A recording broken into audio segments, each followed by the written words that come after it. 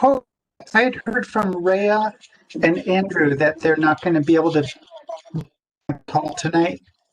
Oh, okay. So we have you and Claudia, Brent, Ron, Karina. So we actually have, unless I said somebody's name twice. I think we have a quorum. I don't see Barbara on yet. We have 1, 2, Okay. 3, 4. We have 5 of us, and I don't see Jonathan yet. Okay, let me just quickly shoot an email. Okay. Does that mean we can make a motion to adjourn? Not so lucky. Oh, come on. I think that was the best idea I had of the day. It's We've a made it good this far. agenda. It's a what, Hope? It's a great agenda. We're going to hear all about Jefferson Street. Oh, And Chris, all- you're going to give us the update? Yeah, that's exciting. Yeah, I have an update for you guys. It's unfortunate the whole board's not here, but I'll also share the update. I'll come back in January as well. Okay. And yeah, go ahead. go ahead. I was going to say, and the shed, the electrical shed is all done. I should have waited for somebody else to say that, but Chris had that all wrapped up by Robin, and Ron went down and checked it out, and it looks great. Yes. Yeah, we have to Yeah, put it's it in the paper or complete. something.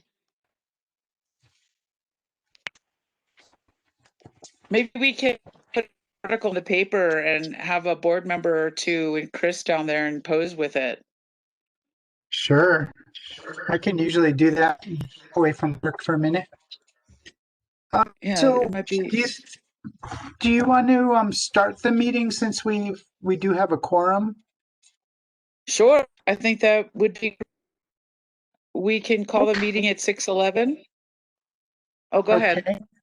No, go ahead if you want to call roll call Okay, Chair Steve,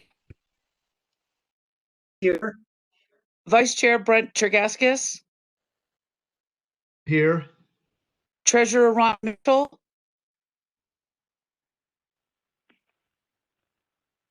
Here. Thank you, Ron. Claudia Schaffler. Here. Rhea cannot be here. Karina Lusher. Here. Great, and I'll just call Barb Hart just in case she joined. No. Board of Trustee Liaison Jonathan Baumhover. Hopefully they'll join later. Okay, well, we'll call to order. And let's see, the first thing we have on the agenda is public comment.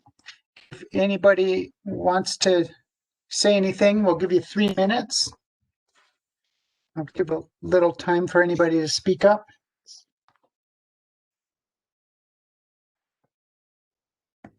Hi, this is Rick Hendrickson. I've got something. Okay, Rick, go ahead. Yeah, for some of you who are maybe aware, and for those who don't, every 10 years or so, a group called the Insurance Services Office evaluates fire departments on their capabilities. And we just completed that process and we got our results last week. What that did for us, they rate everybody on a 1 to 10 scale, with 1 being perfect and 10 being essentially no fire department. And in town, they gave us a 4, which we were a 5 previously. So what that means is that certainly for residential and maybe in some commercial, you might see a reduction in your fire insurance rates. Usually takes a month or 2 for that to get around to the different insurance agents and be posted officially, but that's something that's good to see. The other big change for us was in the rural areas of our fire district. And if you're within 5 miles of a fire station now, irregardless of a fire hydrant or other water supply, you also get that 4 rating. Previously, we were an 8B, they called it. So people, say Ridge Road, Eldora, those areas, could see a fairly good reduction in their homeowner fire insurance. So we were excited to see that, and hopefully people will start seeing results of that over the next couple of months. Thanks, Rick. That's great news, and that's great to improve on that first measure for sure. Yeah, and it also gives us some guidelines for working towards improvement in the future. Just it's a kind of a framework to work from and work on the little things. Great. Well, thanks for sharing. Sure. Do we have any other public comment before we move on?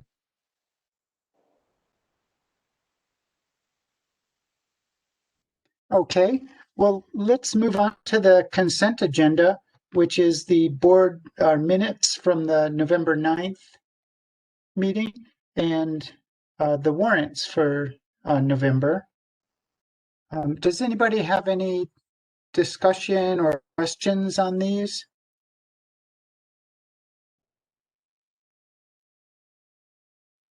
No. Okay. I move to well, approve the great. minutes from November, as well as the warrants from November. That motion. All in favor? Aye. Aye. Opposed? We've passed the consent agenda.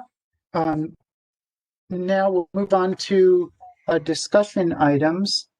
And the first discussion item is going to be the tip update for Jefferson Street and the Visitor Center parking lot.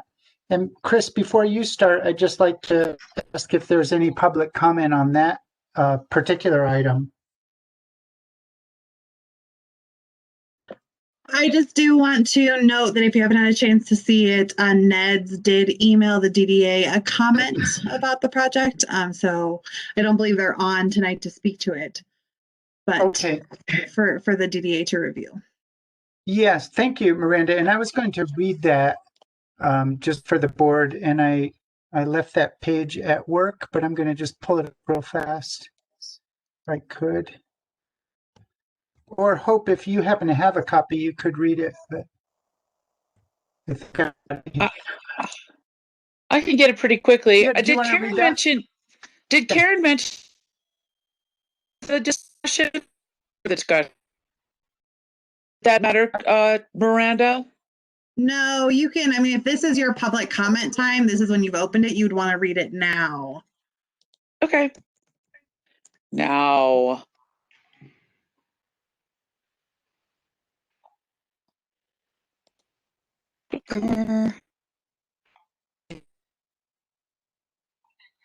Everyone.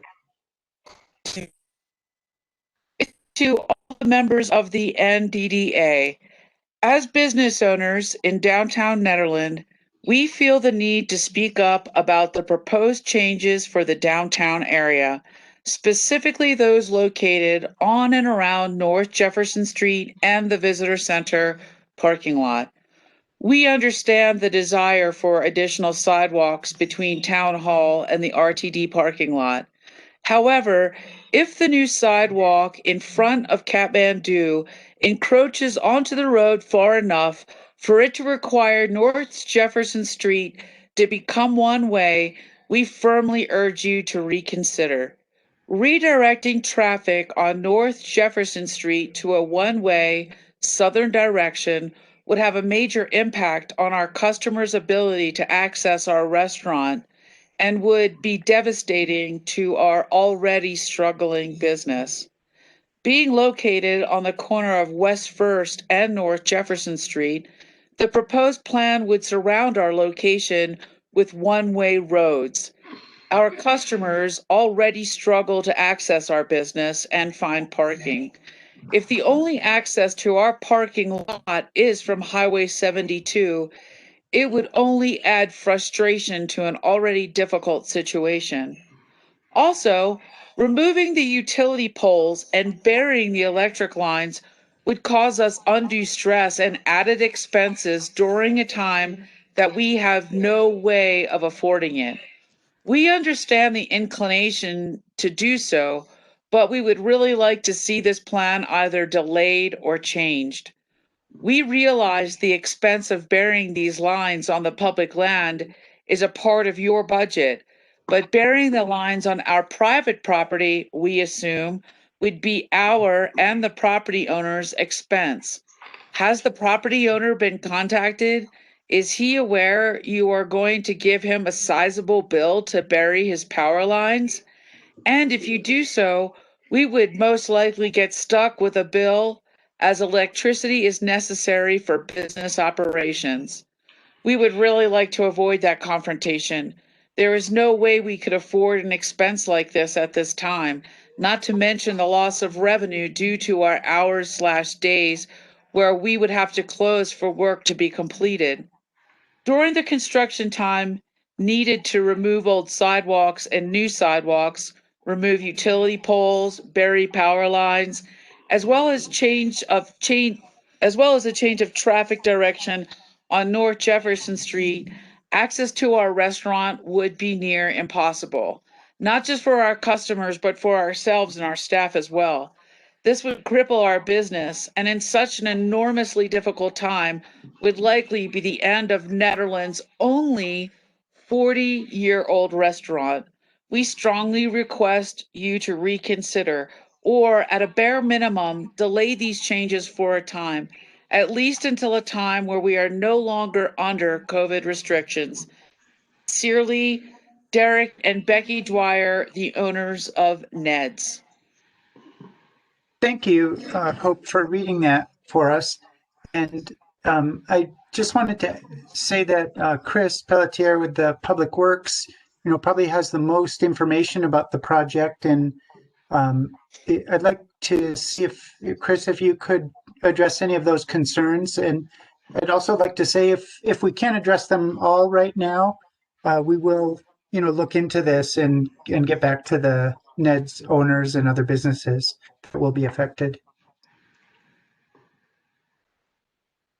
Yeah, I can address them now, but it might be helpful to do an overview of the project prior to going over these issues. I will say that I'm not anticipating any costs to businesses for changing their power or reconfiguring their power at all. So I'd like to put that to rest. But if I could go through the project, it might put it into context a little bit better, and then I'd be happy to answer any questions after I give the presentation. Would that be okay? I like that idea too, because I think your presentation does address a lot of this, and there's a lot of options in your presentation. Brent, did you have a No, point? that makes sense to me. I just did a thumbs up. Got it. I agree. I'd like to see what Chris has going so I understand the scope of the project better. Great. And I thought that probably the monetary aspect of that may have been their biggest concern. So, Chris, I'm glad you were able to address that up front. And we can make all this information available to them after the meeting as well. So, yeah, with that, if nobody else has anything to add, I'd like to have Chris just dive right in. And just to put a bow on that, I have talked to Derek and I've reached out to several property owners around the project, and we'll continue to as the project unfolds. So, and I still need to go talk to him about his deliveries and so forth. So Okay. this is an open conversation. Great. Thank you. All right. So I guess, I'll try to keep this to 15 minutes. We're already at 6:23. I'll give you a brief overview of the project and then how it relates to your master plan. Then I'll present the latest concepts that I have. And I just want to say that what's in your packet, what I'm going to present tonight is going to be slightly different than what's in your packet, just because the plan continues to evolve daily as I get input from other boards. But still, what I present to you tonight will still also be relative to what you already have in your packets tonight. Then I'll give you some staff recommendations. I'll talk about the OPR request and what you guys had put in the OPR. And then again, I'll answer any questions you have. and address the current concerns in the letter, if you'd like. So with that in mind, the brief overview. So, I came to you guys, I think it was in February of last year, to apply for this project. And the project was for a sidewalk, EV charger, some bike facilities, and connectivity to the downtown area. And then also to repave Jefferson and the visitor center parking lot. And then, of course, the project evolved a little bit, and some things got removed. And then, as a residual of doing that work, it's realized that we can bury power lines, we can address stormwater management, add wayfinding to the project, all things that I know are a priority of this board. And then I asked, or staff asked, that the DDA contribute to paving because I had to pull that out of the project. And so the DDA is contributing $139,000 to pave Jefferson Street and the Visitor Center parking lot when this project is completed. Then how it relates to your master plan, it identified, at least on First Street, some of the problems in the master plan address our concerns are poor walkability, and that's clear to anybody who's walked down First Street. The limited parking and lack of developed parking in the area has been pointed out in the master plan. And then the proposed improvements were expansion of sidewalks is a priority. Burying power lines actually is straight out of the master plan. And one of the things that I know that is a long-term goal for this board.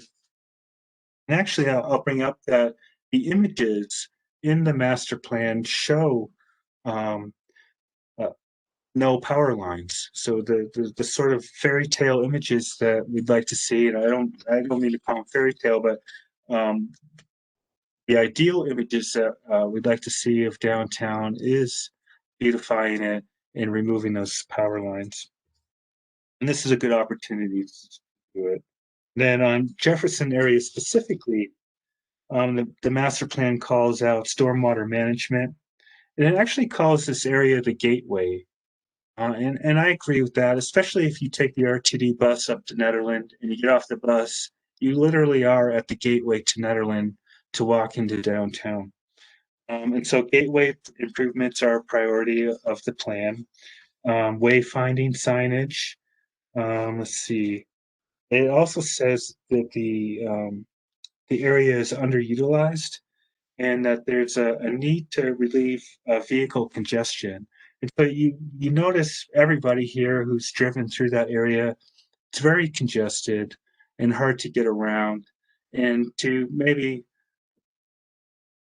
I don't know if it's to Ned's point or not, or to Derek's point, but when it's that congested, it doesn't incentivize people to stop and want to get out and walk around. So that was an area of concern in the master plan and a goal of the board to relieve. And then what it states is that relieving congestion will encourage visitors to explore Nederland on foot. So, and I just want to make the sort of dot the I and cross the T that this really is a walking project and prioritize walkability, not necessarily parking. However, in these concepts, I do identify areas where the DDA can add parking to this project, and there's opportunity to do that in underutilized areas in town. So with that in mind, there's probably other things in the plan and go through the whole plan. I think wayfinding is also identified in the plan. There's a picture of it in there. But I think what I'll do is I'm going to share my screen. Then I'm going to go through the different versions that I have to share with you tonight. So let's do this.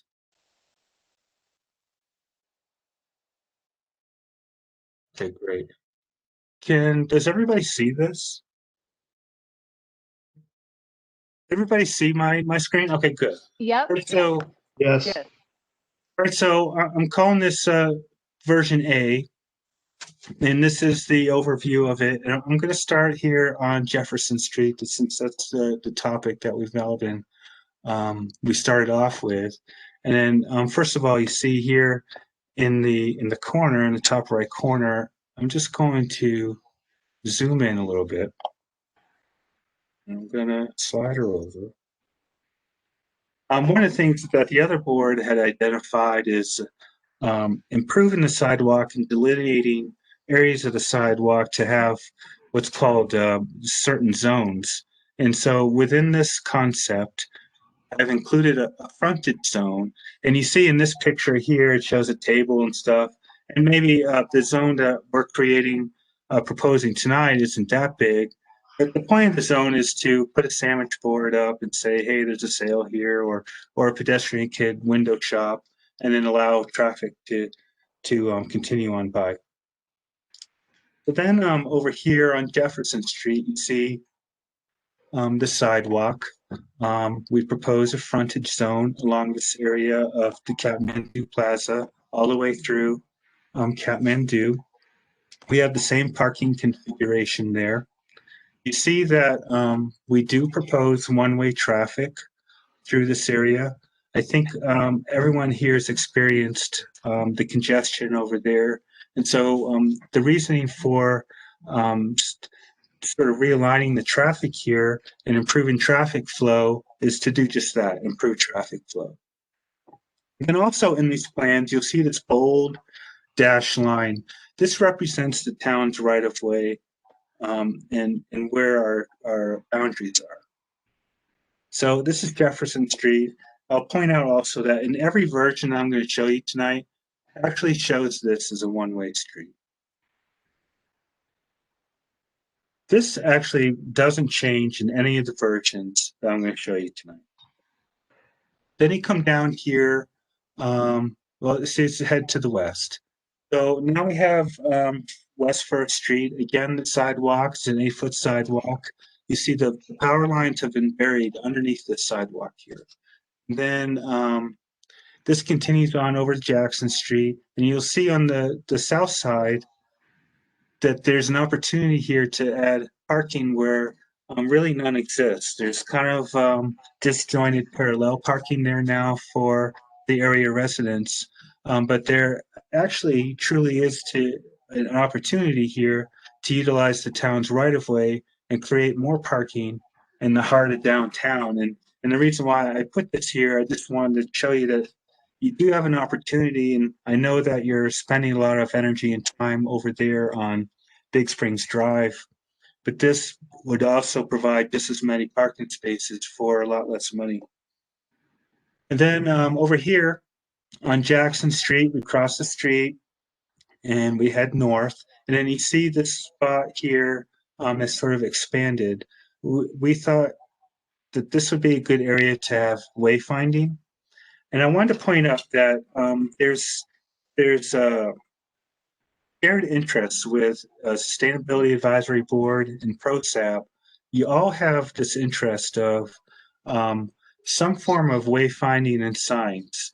You know, I think the ProSAP would like to have a trails map at the gateway, so to speak, and SAB would like to promote sustainability in some fashion. And I know the DDA wants to do some form of acknowledgement of their part in the project, but also on wayfinding. So this is really a good opportunity for boards to collaborate. So at the end of tonight, I'm going to ask that if somebody could, if the chair could appoint a representative to join some of the other boards so we can hammer out the details of what you'd like to see there for kiosks.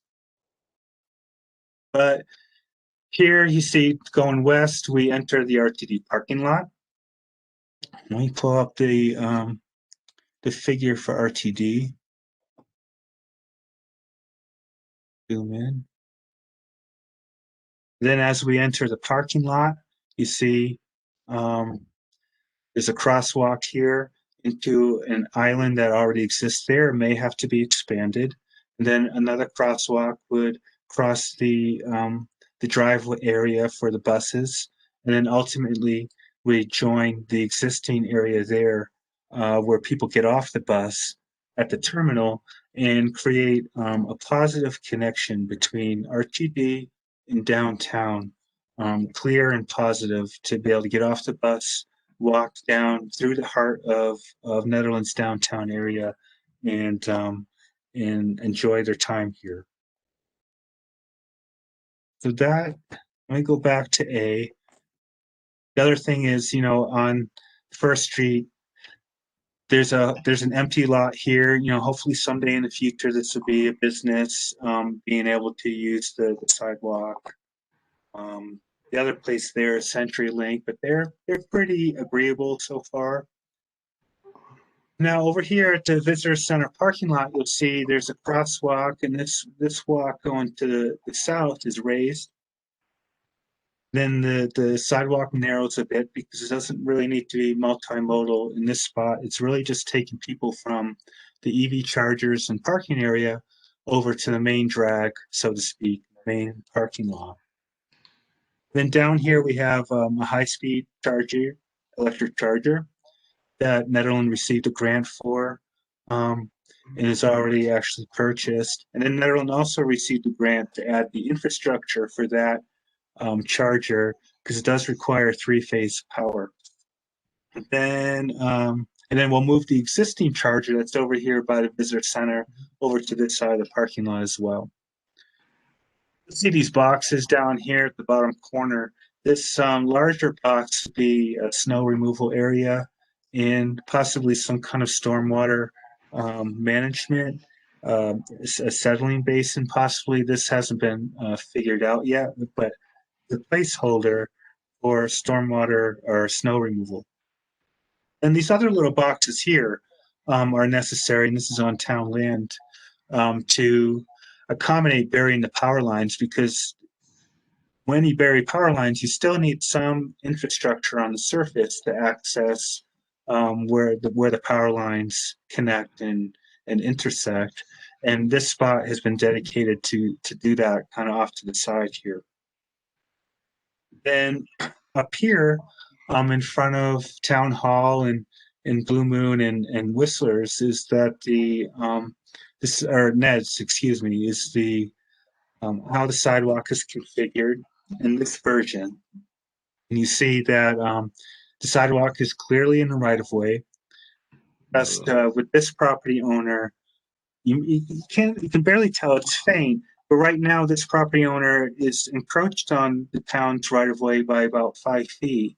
I've talked to him and agreed to only reclaim the town's right-of-way 2.5 feet, and let them and allow them to continue using the rest of it for their needs. And then it jogs into town property here in Town Hall. The existing sidewalk, as you can see, is actually on Ned's property. It's not on town's property. And it continues through here. I did talk to Derek briefly about that. And then over in this sort of area where the planter is, we've identified as a rain garden. So again, collect stormwater in a different kind of way and create a planter that utilizes water from runoff on the street. So that is version A. And again, every depiction here will show buried power lines. Every depiction will show Jefferson Street just like that. Every version I show you will show you the visitor center parking lot just as this. The only changes that I'm going to show you in these next couple slides here are how West First Street is configured and how the sidewalk is configured in front of Ned's. So let me go to figure 2. Okay. Again, Jefferson Street's the same. West First Street, you see here that we show two-way traffic just as it is now. And And then we show you parallel parking again, exactly as it is now. Essentially nothing here changes.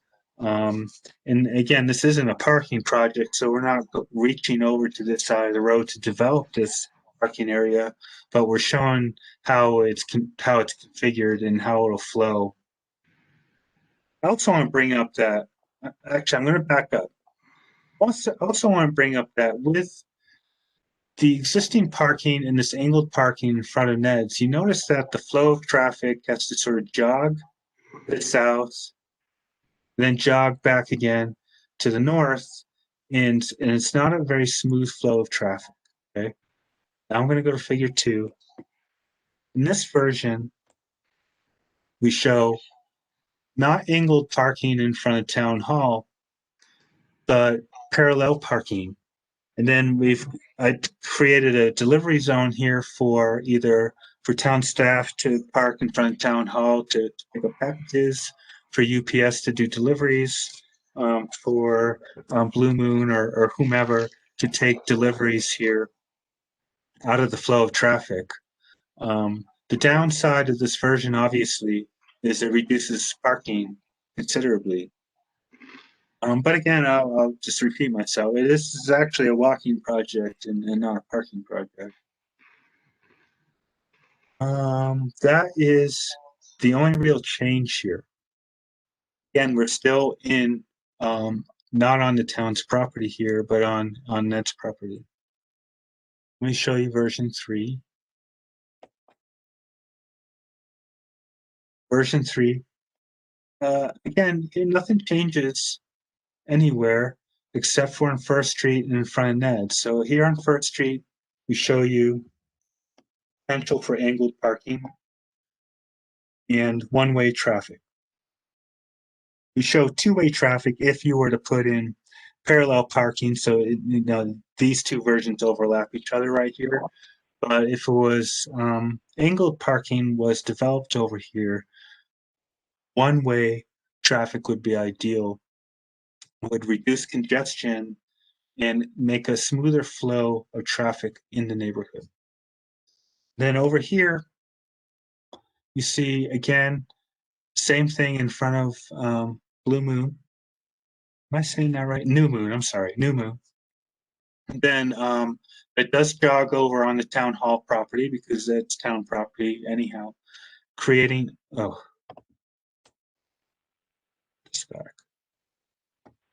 creating this delivery zone.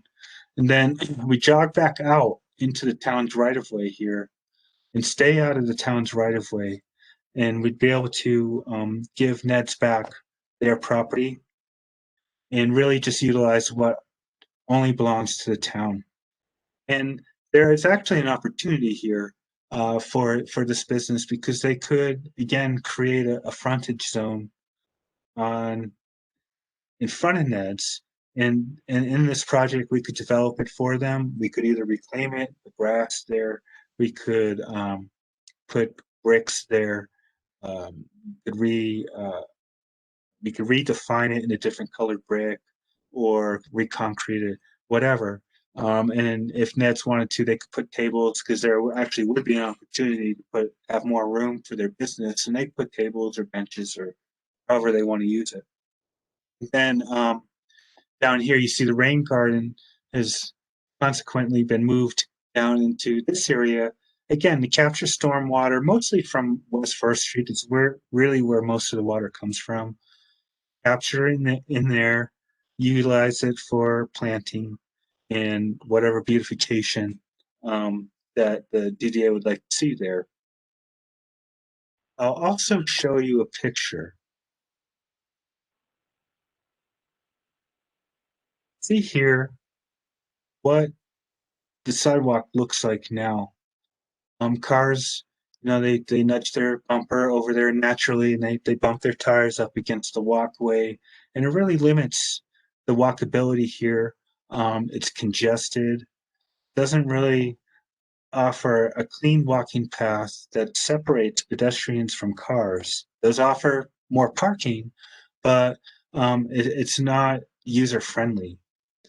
And in that version that I just showed you, what we're offering here is to completely separate cars from people, allowing people to travel back and forth in a nice, very straight, linear line of sight from all the way up on West First Street. You'd have a straight line of sight all the way down to East First Street. Let me go back to Figure 3. Is that property, Chris? Is that sidewalk on Ned's property currently? Is that what you just Yes. said? Yes, it is. Yeah, you see in this here that there's a bold black line. Now, and that's town right away. Another reason why this is important to town staff is that a couple weeks ago, and unfortunately Jonathan's not here to speak to it, but the town requires businesses that are encroaching on town property to acknowledge this by pulling what's called a revocable encroachment permit, essentially acknowledging that the business is on town property and that someday in the future, town reserves the right to take that property back. Now, the town doesn't do that, but it just wants a clean acknowledgement from whomever that is encroaching on that property that that possibility exists and that the town may and could do it in the future, but it really doesn't happen. And it's all over town. It used to be at the co-op where the register used to be. They were sitting in the town right of way. The town right of way is actually quite large, and buildings have encroached on it over the years. You also see, like over here, the post office. Actually, not the post office. I'm sorry. The business connection actually comes into the town right of way quite a bit, in 5, 6 something feet over here. So it's not even possible for the town to utilize its entire right of way. Even if we wanted to have two-way traffic here, there's a building in the way that prohibits us from doing that. It happens all over. It was brought up. The reason why this was brought up at a BOT meeting a couple weeks ago is because Mary Ann's property down here, Remax, or not, Century 21, it too is actually, their building comes into the town right of way. It's nothing new. Like I said, it happens everywhere. But the reason why I think that this is important is that I think the town should set a good example and use its own property and not expect to use other people's property. And in the future, Neds could decide to say, hey, I want my property back. And that's not a conversation that I think the town wants to have with property owners after the fact, because it could get complicated. So this is actually the version that I like and prefer. The only downside of this version is that you remove parking. But as you see, clear separation of pedestrians and cars. Now, if this area over here on West First Street was developed for parking, there would ultimately be a net gain in parking. And theoretically, cars could park there now, but if it was well developed and defined, there wouldn't be this habit of parallel parking here right now that currently the residents use. And in this version, I'll point out too that like for Neternet, they actually have a driveway here, and so a couple of these spaces wouldn't actually exist because they'd have to accommodate their driveway. And I don't believe Timmy's property has a driveway, but I think this one over here has a driveway and it's off to the side, and this parking wouldn't impact that at all. Where's the real estate company on that in this purple? It is right. Do you see my hand here? Yeah. It is right here, and you can see faintly it comes into the town right of way right here. And all these versions, the town isn't proposing reclaiming the entire right of way of First Street. There is some, there's a planter here where my hand is. There's some trees. We're not really looking to nudge cars up right up against the buildings here. Really not proposing changing anything here at all, other than defining parking spaces on this side of the road. Chris, sorry, Steve go here. ahead. On this, do you know what the net gain is? I wasn't counting the parallel parking on West First, but if we take away 2 for Net's driveway, do you know what our net gain of parking spaces would be with this third option? Yeah, so currently, if there's parallel parking, these little triangles tell us how many spaces are. There's 11 spaces that exist there right now. Okay. If it was in diagonal parking like you see here, it'd be 21 spaces. But in reality, it'd probably be 17 or 18 spaces there. Okay.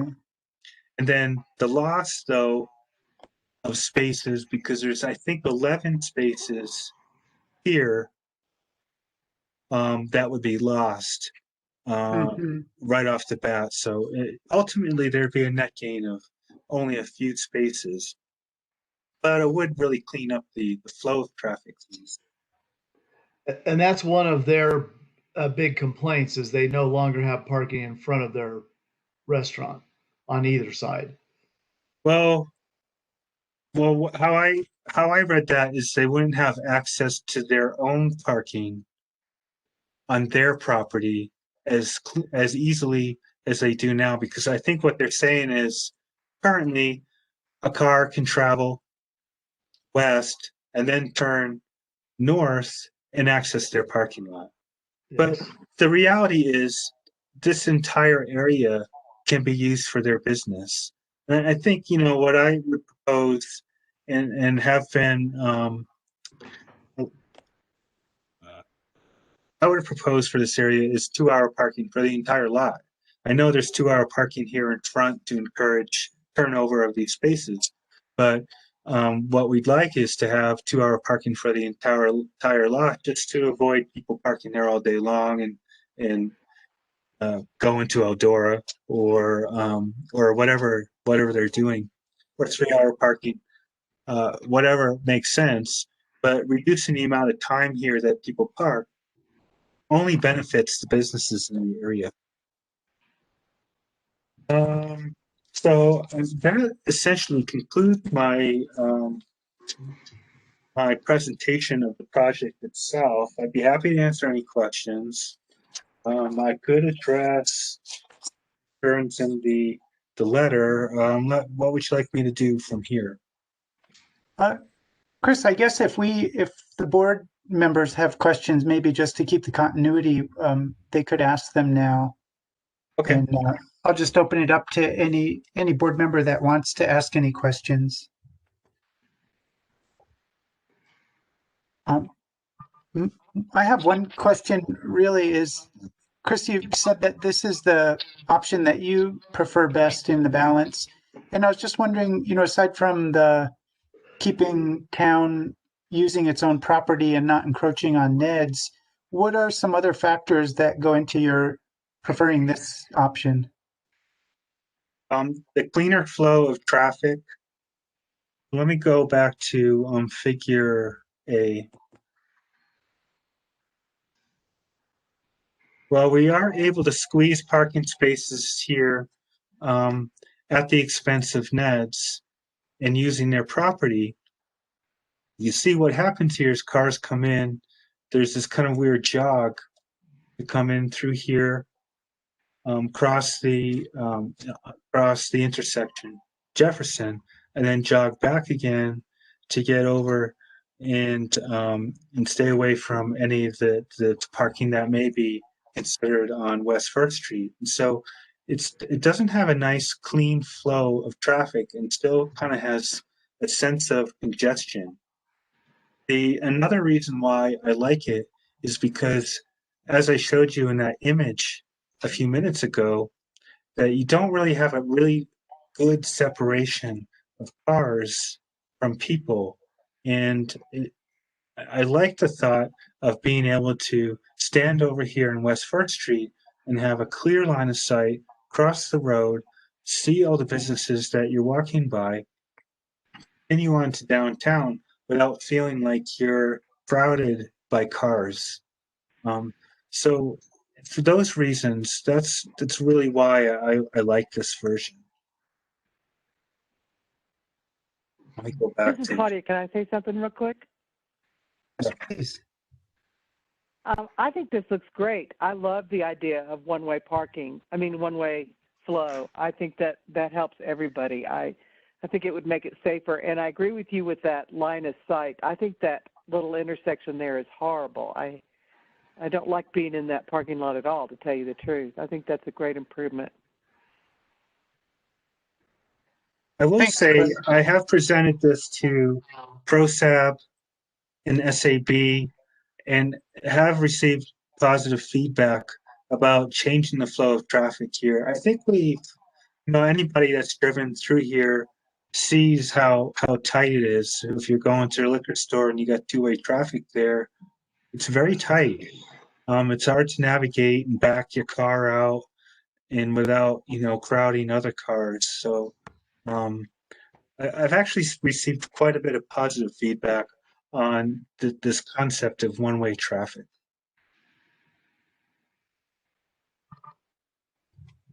I have a Okay, thanks. question. This is Ron Mitchell. Is there any way that you could consider trying one option using cones and things before you complete it, and then trying the other option and just see what works the best? I'm a great one. I like the idea. I like the one ways. I'm going to bring up a one-way discussion later in the meeting, because it does solve problems. I want to keep as much parking as possible, so I'm in favor of the number one, even though there's a jog. That helps slow down traffic. I'm a little worried that the speed of traffic from 119 to Jefferson might increase with such a delightful open space there. And I don't want to lose any parking at all. And if there could be a gain, I'd like to do it. And also, if we had the continued angle parking in front of Town Hall and Ned's, I think Ned's would appreciate having all the parking they could get. I certainly want all the parking we can get. That's all I have to say. Thanks, Ron. Well, one comment I'll make to that is that we do have a raised sidewalk here that's colored in pink, which will do two things. It'll help slow down the potential for speeding traffic here. However, I do think that it's pretty tight in between the visitor center and the proposed sidewalk, and so it'll give this a narrow perception, and hopefully that in itself would slow traffic. And I would hope that I wouldn't see 20-mile-per-hour traffic through there, but it could happen. And then this raised sidewalk would also offer a bit of a bump to slow traffic down before they get into First Street. And again, it narrows up a bit in here as well. May I In just that- ask? Oh, No, go ahead. sorry. I was just Go going to ahead. ask one thing. I know that Rhea would probably speak up if she were here. When you're doing this plan, if you have any vision of where public art placement, I know we have a great committee who's pretty strong and working on it right now. So can you keep that in mind maybe when you're looking at this, or is that too late for me to say? Like, could that rainwater area be a place where public art could go?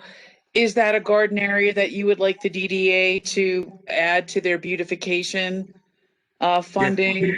Okay. Yes, I would like feedback on that area.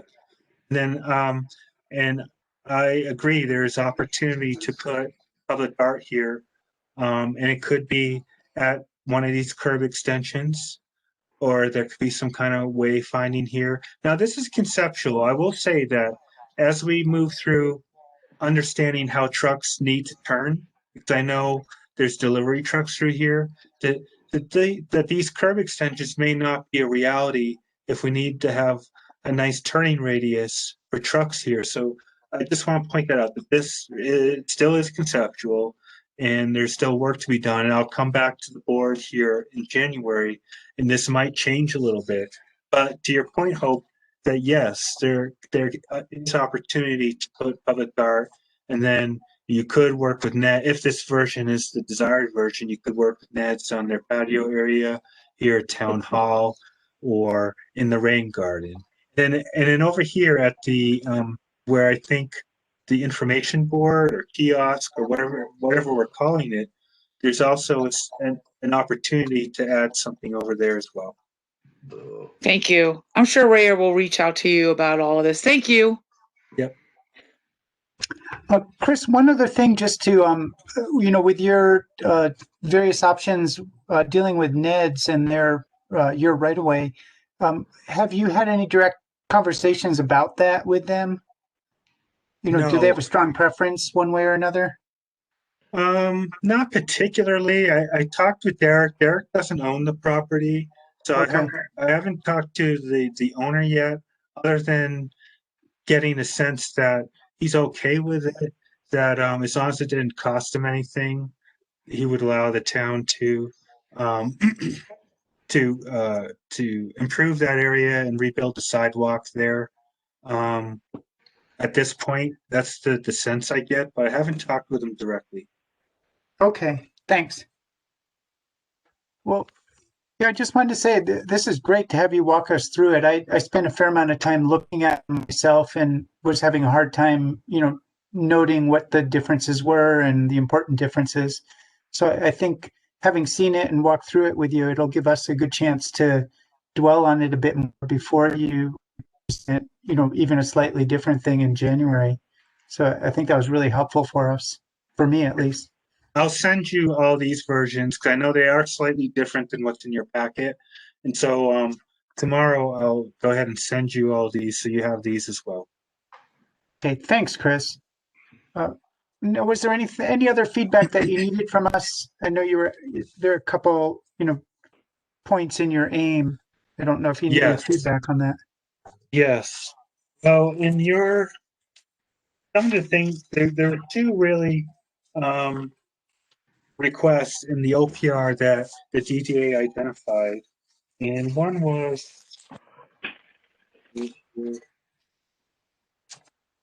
wayfinding. I know you're going to be talking about that tonight, but there is an opportunity within this project to pay to cover some wayfinding in this area. So, and again, there are overlapping interests between SAB and ProSab. As I said, ProSab would like to have a trails map over there by RTD. Or I haven't said exactly where, but I think over by RTD, and Jesse has offered to sort of be a person for collaboration with some member of the DDA, and then SAB has also offered a person as well to collaborate on what they would like to see on the board. So I was hoping that somebody could be designated or volunteer to be a part of that discussion and kind of hammer out what would they like to see there. Would they like to see a round kiosk? Would they like to see something that's solarized that has lights at night? Would they like to see a walk path that goes around it in a sort of round fashion, or is it just a linear board? I don't know. That's for you guys to decide, and so that's the feedback I'd like to get on that. Sure, thanks. Well, yeah, I think that Claudia and I are both on the wayfinding committee, and it seems to me to make that we, unless somebody else had a real strong opinion, that one of us could be on that type of a liaison board with SAB and ProSab about that. And we are, we hope we're going to be moving forward on wayfinding. So this will certainly be a focus, since we know this is under development, to decide on some things about that. I think for us it's a little too early because we haven't met with our wayfinding company, But this will certainly be a big part of it, and I'm sure we'll be in touch with you on that. And having said that, Claudia, you don't have to answer now, but if you feel like you'd be interested in being that person, and if you'd have the bandwidth, in the next month or so, that would be great. But if not, any other board member, I'm sure we could find somebody. I'm happy Chris, to give just- it my just- best try. Yeah. Thanks, Claudia. And was that Karina just speaking up?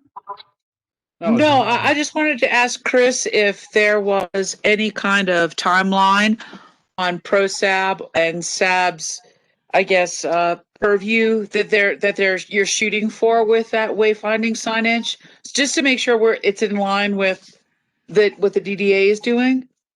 Well, I think at this point, I'm not looking for specifics on the signs themselves. Right now, what I have are essentially placeholders for where you'd like to put them. So, I would like you to talk about specifics and start to hammer those out. But for the purposes of the design, I don't really need that specifically what's going there. But I would like for you guys to meet and say, yeah, I actually really do want the gateway sign over where I've identified a spot for it. And I actually want a wayfinding sign in this curb extension, for example, or whatever, so that, because part of this project is to create a signage plan, a traffic sign and whatever sign that you guys want. So, really, locations at this point is what I would like, you guys to be talking about. Okay, and I know there's a discovery process that Steve will be talking about, so I'll drop out here. Thank you. I would like to inject go ahead. something, if I could, for just a minute. Right at the southwest corner, you're going to have a wayfinding sign and everything else. And sitting on that corner is an old house. It's been there for 10 or 15 years. And I would really like to suggest that we think about making public restrooms out of that, just like we have at the visitor center, and see if we can't pull that either in its own individual project. But I hate to see all this great improvement going on and that house just continue to sit there rotting away. So I'm bringing that up to everybody just because it's an opportunity, and I'll sign off now. Thank you. Thanks, Ron. Does anybody know who owns it? Yes, I think the town owns the site, and the Historic Society owns the building. Technically, that means the town owns it all, and we would have to work with the Historic Society to do something with it, and those would be the prime movers are Kayla Evans and Danny Martin. Okay. Is that house originally, is it from that spot, or was it moved there from another spot? That was the first house ever in Nederland, and it was moved to that spot from the center of the RTD parking lot. And I just want to offer a clarification. Kayla and Danny actually are no longer active members on the board of the Historical Society. So it would be Emmett Hoyle and Jesse Ansari as your points of contact if you move forward with that. That's right. I forgot that. Thank you. Great. Thanks. I do have one other request from the board. I'd like to get a sense from the group. I know you're not entirely here, but I'd like to start getting to a point where we like one version more than another, so that I could start working on details of just one version rather than three every time I come to you. I will be going to the Planning Commission next week, and then again in January, I'm going to visit all the boards again, and I'll keep doing it in February if that's how it has to be. But I want to get through this process of consensus. And so, is there sort of a nod that could happen of which version is desired, at least among the DDA? Personally, I feel like I'd like to look at it more now that I've had the walkthrough from you? Because I was having a hard time really understanding all the details of them. But I'd like to hear from the rest of the people feel pretty clear already. I would jump in and just like kind of want to be considerate of the Ned people because it's you're affecting there on both sides of their business quite a bit. And I don't know where they're after reading that note they wrote. I'm not sure where their head is. I mean, obviously they made it pretty clear on the one way thing, which sounds like I don't think we can bend on, but I'm not sure if they want the parking in front of their business or not. So I'm unclear what they would want. But I kind of like the plan that you presented here in version 3 or whatever you want to call it, the third one you showed us. Thanks, Brent. Any other input from the board? Well, in deference to Ned's, just like Brent is, I'd go very honestly with what Ned's would want. If they would prefer to have the parking on along their south side, I would give them the deciding that would be my deciding factor. If they wanted the parking on the thing or on their south side, I'd say do that. If not, then I'd be in favor of 3. But I definitely think they should be consulted and say at least given heavy weight to what their opinion is as far as parking on the south side of their business. Yeah, that's basically what I'm saying. I agree with what Ron just said, clearer than I did. And also, I would want to mention that, perhaps a business owner, property owner, I mean, as opposed to who that's currently renting the space, because the property owner is going to own it, after for a long time, and we don't know how long Ned's would be renting that space. So I think in a way, it's good to take both into consideration. True. I think you would probably find the property owner would prefer the parking. I can't speak for them because I haven't talked to them, but I know them very well, and I know they would like to have as much parking as possible. Sure. And Chris, what is the process actually as far as we're talking about who we would like to defer to or to check in with? And I think all that's great and good to do. But what is the actual process as far as how the town moves forward with this project?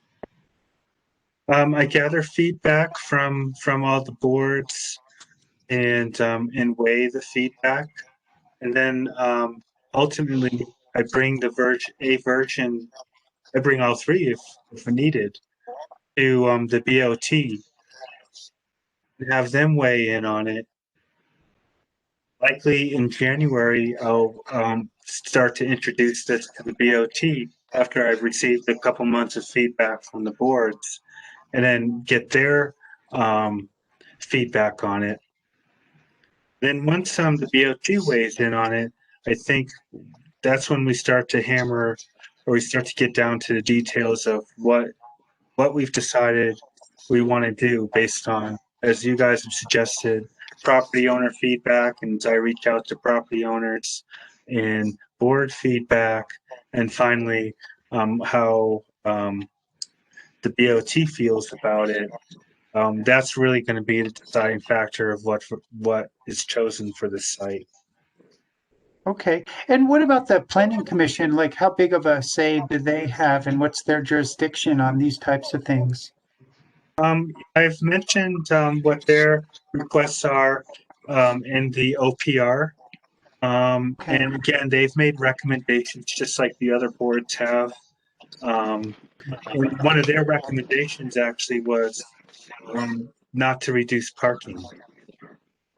They would like to see a better flow of traffic. I will say that, but they're not a fan of reducing parking. So when I bring this to them next week, for all I know, they could really adamantly shoot down this version 3, or they might like the idea of the potential to develop West First Street. But again, I really can't develop it within the funds of this project. This has to be decided either by the DDA, who has funding if they want to pursue that, or budgeted in the future if the town wants to pursue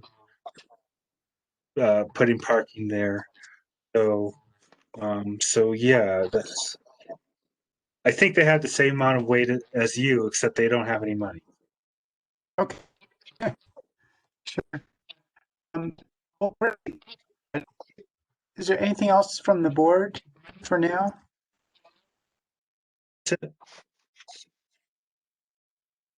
I'm good.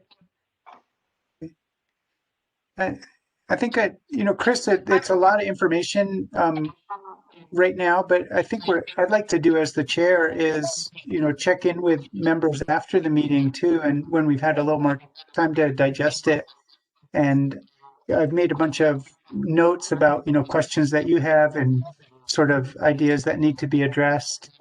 And I'll try to take on that task, one-on-one with the board members in the near future, and then get some more feedback back to you, if that's okay.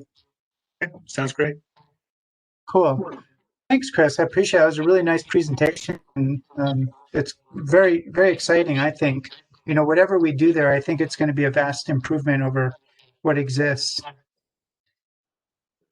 I agree. I think there's a lot of potential to really clean up the downtown area and truly make it gateway that it is. So I'm excited about it.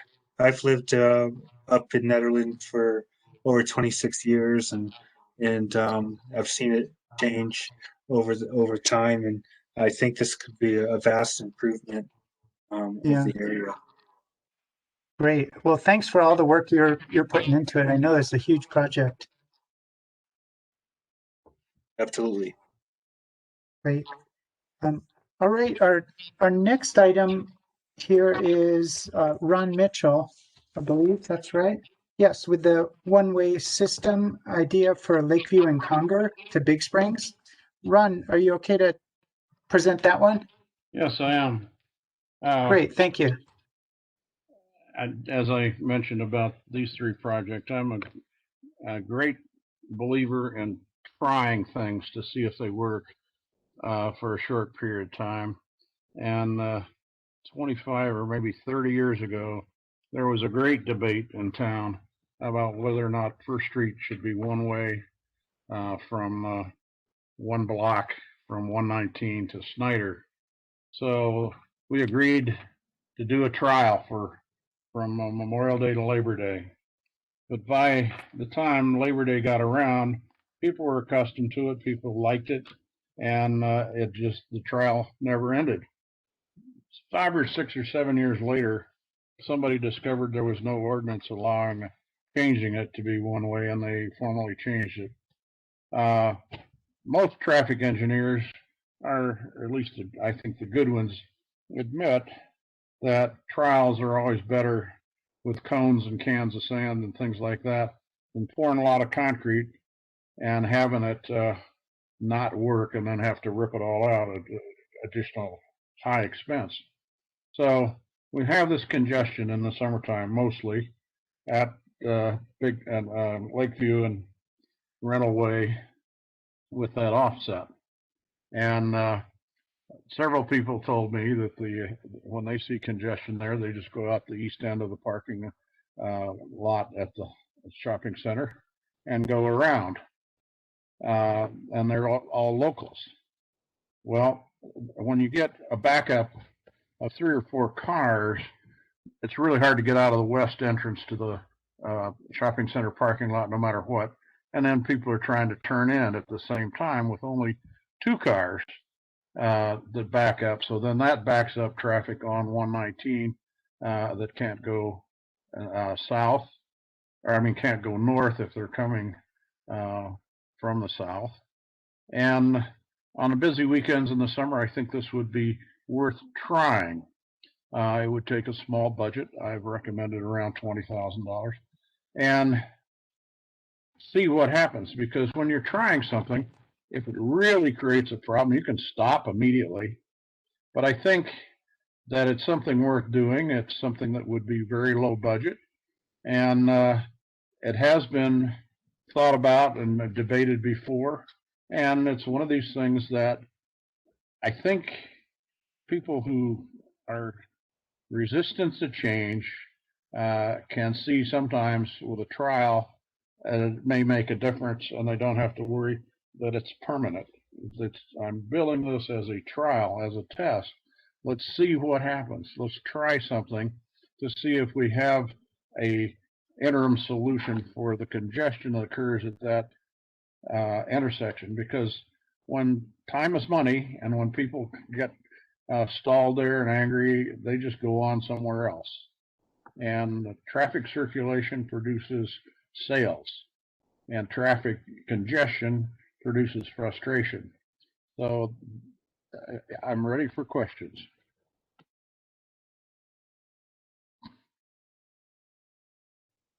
Yes, I think for this one, it might be worth just calling us one by one to ask questions, and you could respond to those, Ron.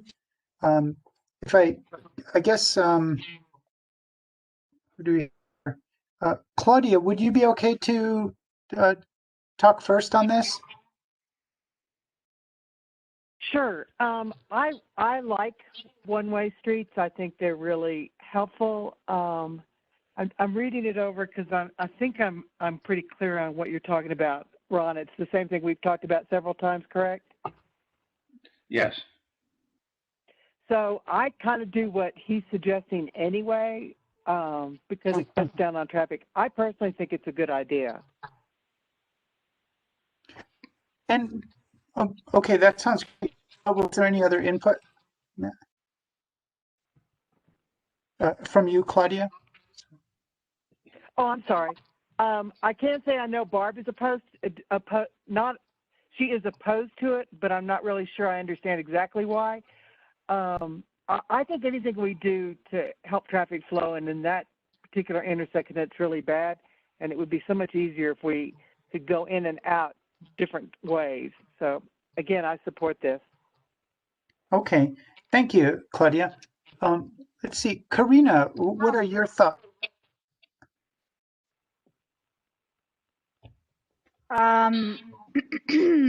Well, so if we were to bring this a one-way, wouldn't that bring a bunch of traffic through the Conger area that now isn't really seen and is to be considered?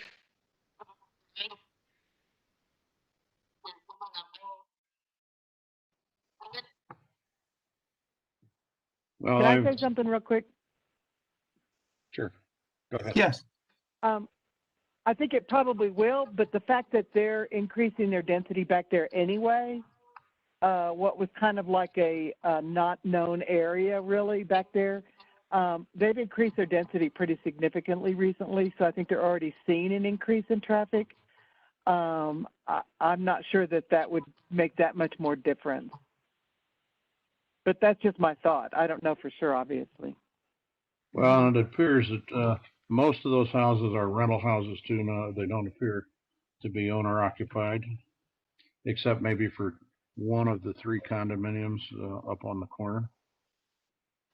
Well, I mean, just because they're rentals doesn't really mean they shouldn't be considered. I mean, they're folks living there. But I am a fan of clearing up the congestion over there. But I just think I'd be curious to see what other folks think about it. I think my biggest complaint about one-ways in this town in general is that the signage is absolutely horrible and people don't follow it. I mean, I run a business on the corner of a one-way, and I can't tell you how many times in a day that folks don't adhere. So that would be something to really consider. And I think a trial is a great idea, but I think that really solid signage would have to be in place to make it effective and not dangerous. I agree.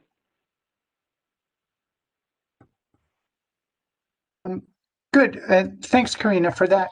Brent, could you give us your thoughts?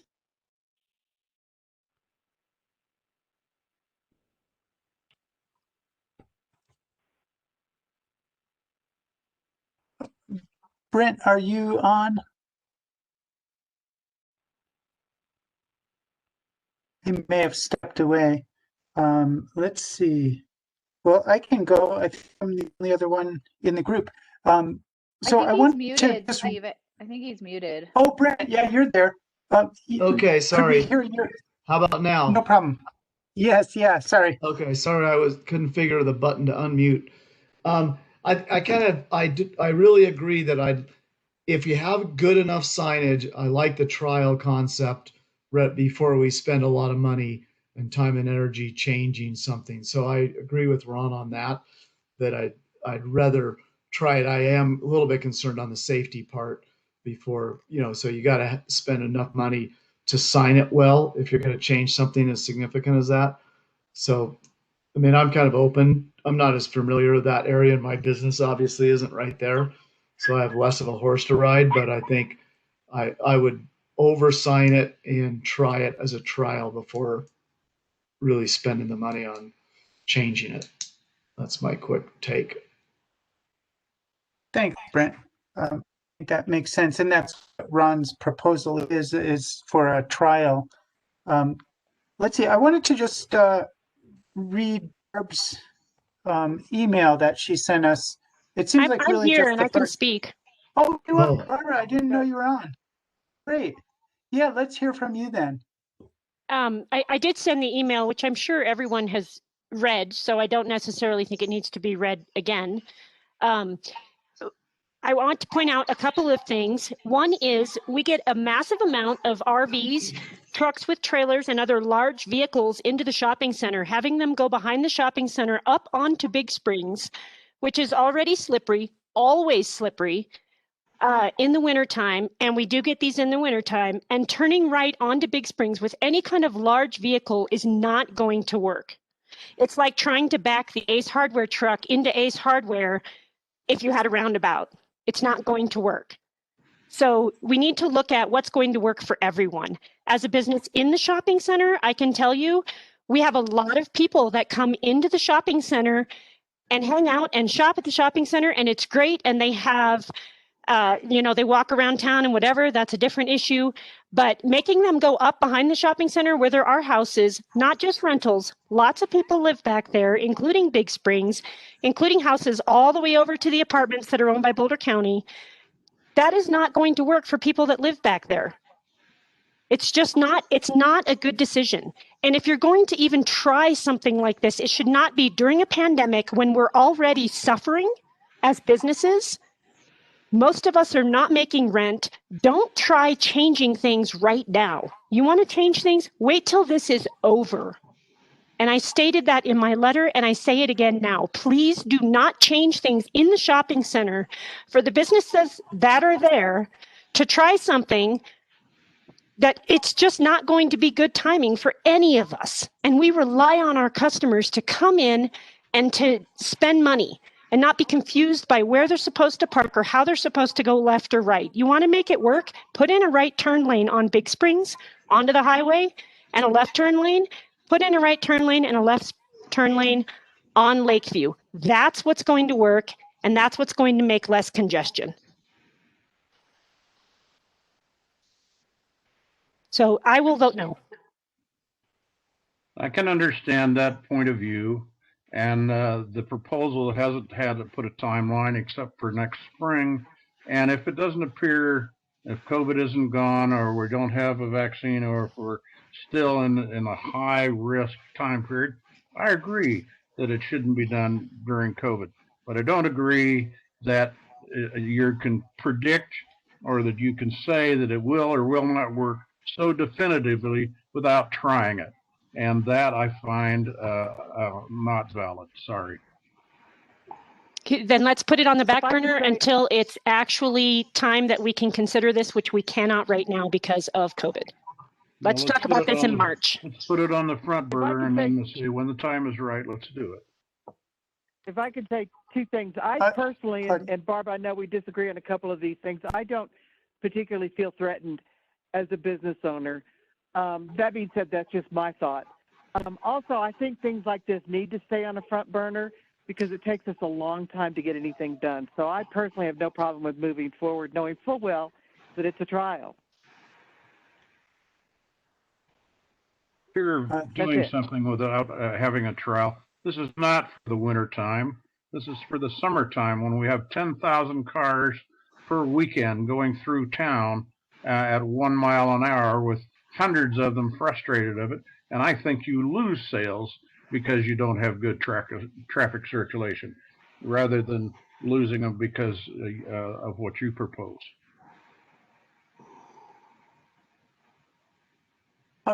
Ron, I was wondering if you were thinking, like, was your idea with this that it would be a seasonal change if we did the trial, as you said, and it seemed to be a resounding success, would it be a permanent change, do you see, or would it be more of a seasonal, wintertime we go back to normal and That's something that would be decided by the town board. If it looks like it's really working well, maybe you do it 6 months out of the year from March to October. I'm not sure, but at least see what happens for a short trial period, and then maybe you extend it a month, or maybe you extend it another month. Or if you find out that trucks are slipping backwards on Conger because it's winter time and it doesn't make sense, you can sand those things. And Conger does get sunlight, and it's not too snowy very much. But winter conditions is a major concern, and particularly, and I don't want to see the shopping center lose any business, but the owner of the shopping center and the major grocery store owner are both for the trial idea. They don't see anything wrong with having it and seeing what happens. And they are major players in terms of what the decision would be, because if either one of them said, no, I don't want a trial, I wouldn't keep pushing for it. okay. Well, is that, I'm Thanks. sorry, this is Karina. Sorry. So since we've got two renters, whatever, tenants of the shopping center signing off on it, perhaps, I don't know, does it make sense to have other outside, I mean, in addition to Claudia and Barbara, but maybe Diana and Backcountry Pizza, and have those folks. There are currently 17 or 18, Claudia, in the shopping center, and talking to 2. Gosh. And I have a totally different email from Mr. Tebow, so I'm confused about Ron's comments that he's on board. I am too. I haven't seen that, and I've talked with him personally, so I would very much like to see that, and I will talk with him again. Again, I think that's why a trial is a good idea, because we really don't know until we try it. And you can always stop a trial if everybody comes running out screaming, this is killing me. We stop the trial. That's, because having opinions on it doesn't necessarily mean that's how it's going to pan out. Shouldn't every business in the shopping center be consulted before you do that, as well as the homeowners behind the shopping center? Well, and the way I would do it is to say, we're going to try this, give us this amount of time, and we are looking for your feedback in that amount of time. I don't see any reason to not do a trial. Well, I will agree with Barb. I think that every owner should have both views. And at this point, I don't think very many of them have read my proposal, but they certainly have all read the email that Barb has sent to every one of them, absolutely vehemently against it. So I'm quite willing to go and talk to every single business owner in the shopping center. And I will talk to Mr. Tebow again also.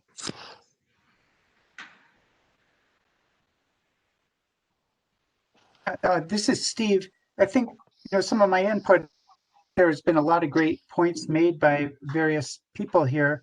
And I do think that nobody can really know what the outcome will be unless we do a trial.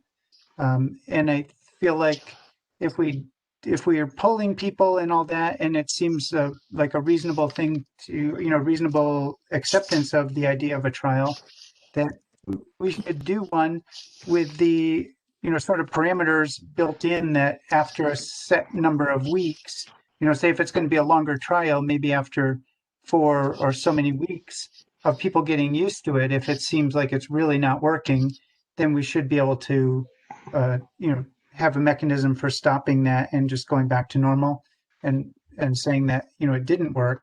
But I do think we need to give it a good amount of time for people to get used to the traffic flow. I also agree with several people that were saying that signage is going to be, very, very critical. I agree with that. And, that would be temporary signage for sure during the trial period. But, even that could be somewhat of a trial is, what signage is working and is there any signage that's causing troubles? I think Barb's comment about the, RVs and big trucks, primarily during the summer, but sure they come any time of year. That is a bit of a tough turn there at the top of Concord, turning right onto Big Springs. So I think that's a valid point. And again, during the summer, we could see how hard is it for people to make that turn with bigger vehicles. I think it's a good idea to poll the residents of Conger and the shopping center and owners to get their input. But again, for a trial, I don't feel like it has to be, certainly doesn't have to be unanimous or really a huge overwhelming bunch that are in favor of it. I think if it's, even evenly split, that it could be worth doing a trial, because it is just a trial to actually put it in place and see what happens. And I guess that's my input. I feel like, we should probably have somebody poll the people in the shopping center and the residents in a good open way and hear that feedback, and then perhaps bring it back next month and we could revisit this and especially if there's other ideas that the residents and the tenants of the shopping center bring up that we haven't thought of. But overall, I agree with Ron that it's a trial, and we don't ever know unless we try things what's going to happen. Nobody can really predict 100%. So I guess that's my input on it. May I ask one more question? Sure. Just the timeline as far as bringing it back next month. When will the construction on Big Spring start to put the new parking in, and how long will the road be partially closed to make that happen? And shouldn't this be waiting until after that is done as well? Absolutely. Yeah. The status of the project is this: the surveyor, Lee Stadell, just in the last 2 or 3 days, has gotten the completed survey to JVA. I think Chris can speak to this. JVA and Chris have been communicating, getting it going. They're going to get ready for the RFP. And probably in the spring is when the contractor would be let. I think it's probably anywhere from a 3 to 6 week project. And I certainly agree that this trial should not in any way be started or be in progress until that project is finished.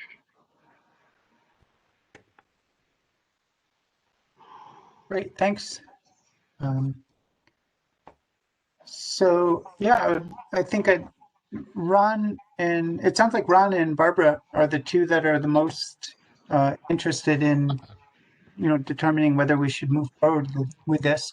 I don't know if you two like to figure out a way to poll the tenants and the residents in the area. One other thing I wanted to mention I forgot about is, I don't know, Ron, if you've already checked in with town or the planning commission or anybody about the increased traffic flow that would certainly, definitely happen on Conger as a result of this, and if the town and planning commission are okay with that. Well, I definitely think that's the route to take, but I think the polling of the merchants in the shopping center first, because if there's overwhelming support for not doing it, we're not doing it. But on the other hand, if there's 50-50 or if there's 30-40 either direction, I want to bring those results back to the board. And then I think we go to the planning commission, say, okay, I'm dead sure we're not going to be unanimous on this, given the fact that Barb and I are on different planets when it comes to this issue. But yeah, I think all of the boards probably should be informed of it, but I don't think that the time is right until we've had a good vetting with the shopping center merchants. Okay, that sounds fair enough. And if it happens that you're able to get answers in time, then I would recommend that you also, at least check in with the planning commission. I'm not sure how often they meet, but even if we could get an informal idea of, if they're in favor of it or okay with it. Well, again, I don't want to, one step at a time, Steve, really. I don't want to go to the planning commission and I have 70% of the merchants say, no, I don't want to do it. Because I know how the planning commission thinks. They're going to just say, go back and do exactly what has been recommended here. And that is discuss it with the merchants and see where the majority of them stand. Sure. No, I was saying if you did that, then, and it looked like there was enough interest in favor of it, then before bringing it back to us, just to also vet it with the planning commission or the, members of the BOT, just to know whether they'd be on board if it seems like it's a recommended trial. Let me talk with Karen Garrity about that, and I'll get back to you and see how she feels the route I should take would be, and then I'll get back to you and the rest of the board. Okay, that sounds good. Is there any other comments from the board?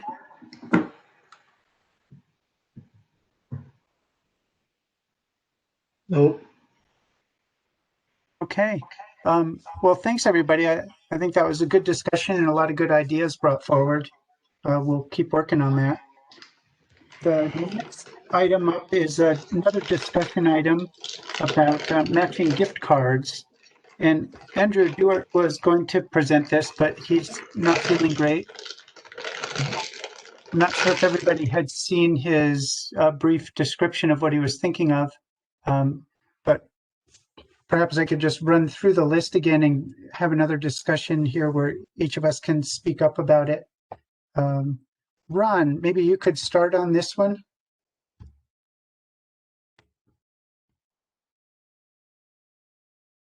Okay, I think it's a good idea. I think, again, I'm for trying things.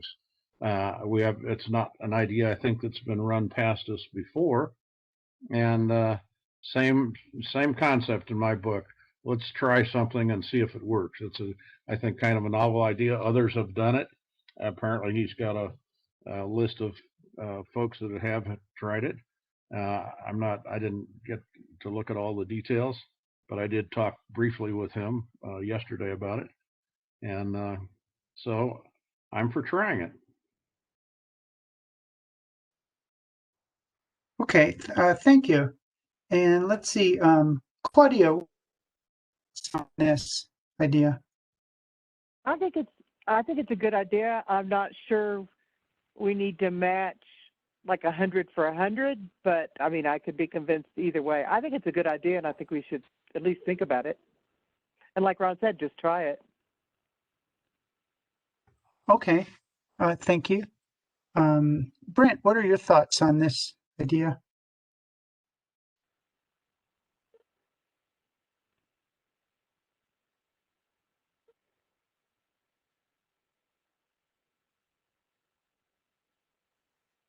Brent, I think you're muted.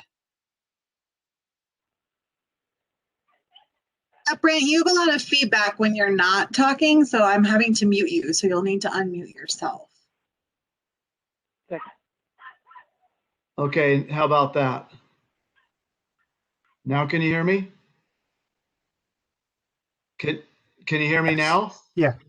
Okay. Yes, we can. I mean, I probably don't have a dog in this fight, so I'm willing to try it. It sounds like a pretty good idea, but I don't, I'm not in that thing, so I would defer to the people that would be affected by it more than myself. So, well, I like the idea of it. I think it's a good thing to keep money in Nederland and the business district. Okay. Thanks for your input. Barbara Hart, what are your thoughts on this? I didn't have a chance to read through this particular idea, so I'm not really understanding what it's about, who's going to match the money on gift certificates. Thank you. As I understood it, the idea is that the DDA would put up a specific pot of money for matching gift cards from all the different businesses. And I don't know if Andrew put it in here, but I know from talking to him, we were thinking that there would need to be some limits in place so that, for example, all the restaurants or all the bars or it is, wouldn't be selling all the gift certificates and getting all the benefit from it.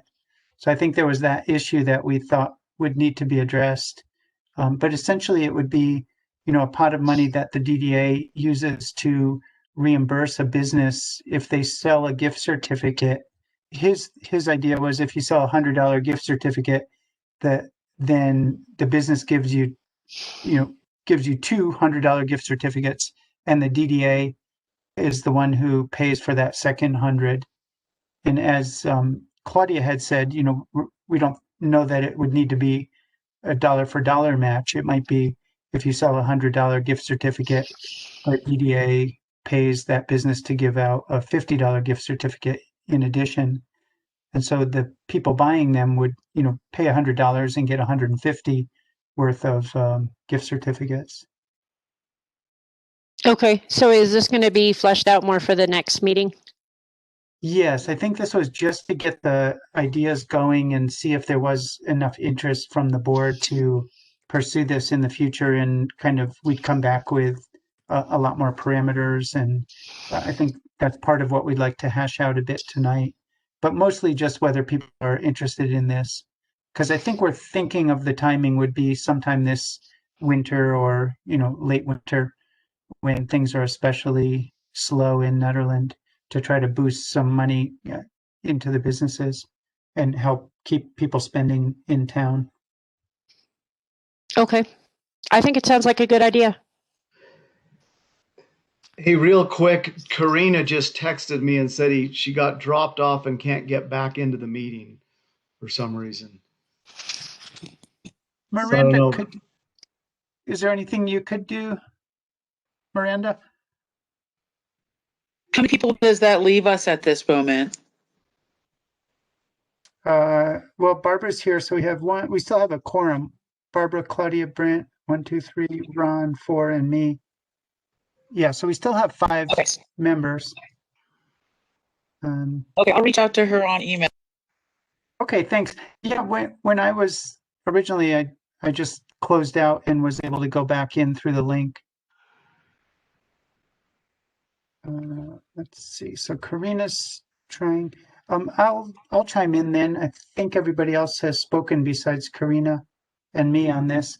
I like the idea, but I do think that it's a complex idea to keep it equitable among all the businesses in the DDA district. And so I think that needs to be hammered out. Andrew did say that there's many municipalities that are doing this type of thing. I know I got an email from Boulder saying that they're doing it.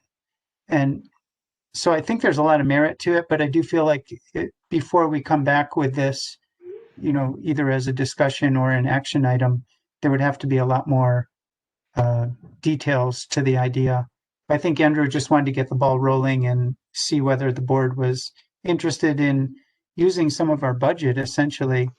And it would be next year's budget too. So Hope, I'm not sure, how that factors in, if we have any money I guess, maybe unused in our budget that we'd be able to do that with. I think, yeah, we've got a great handle on our budget, I think, this year, and the fact that we've created some cushions when in our budget that will allow for different things. So I Great. think we can make something work out. Okay. Yeah. So that was my thought, was that I think 100% match is really higher than we need to do. And I think it might work better with a lower match, maybe a 50% or something like that. And I do think that it's a complex issue, but we have a lot of different municipalities doing it. So we could reach out to them before the next meeting and understand, how they're doing it and what's working and what's not. And I'd like to see it brought back in a much more fleshed out manner. But I guess that's my 2 cents on it. I agree.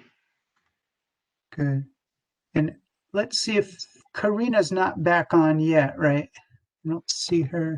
I suggested to her to try to call in because she said she's having internet problems. Oh, got it. So Okay, I'm here. Oh, there she goes. Good. I'm on the Thanks. phone.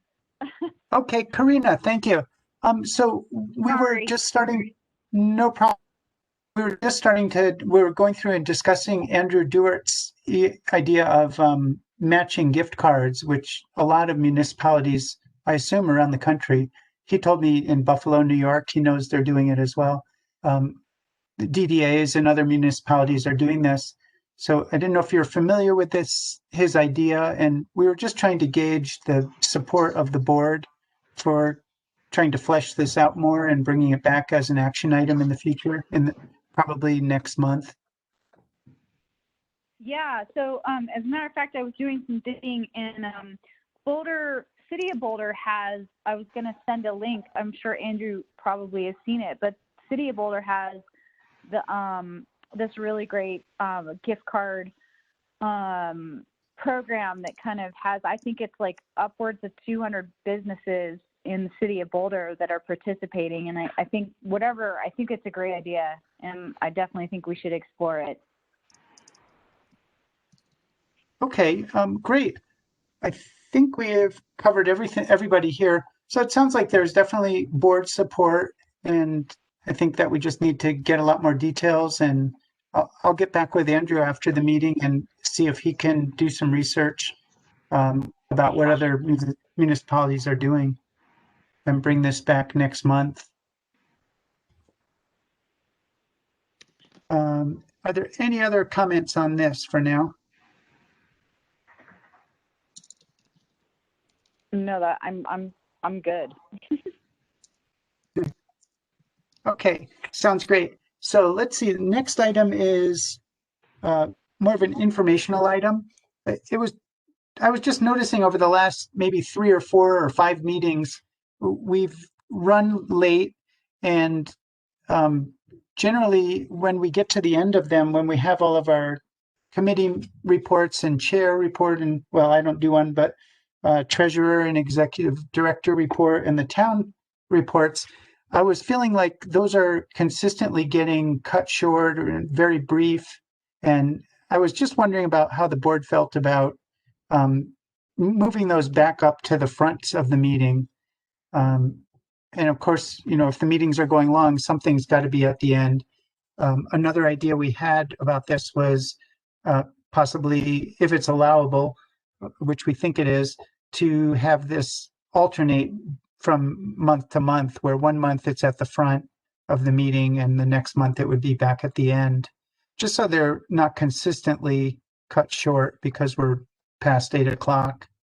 So I guess if I could just run through again and get people's input on that, if they feel like that's a reasonable thing, or if they'd rather just keep it as where it is now at the end of our meetings. Claudia, could you go first on this?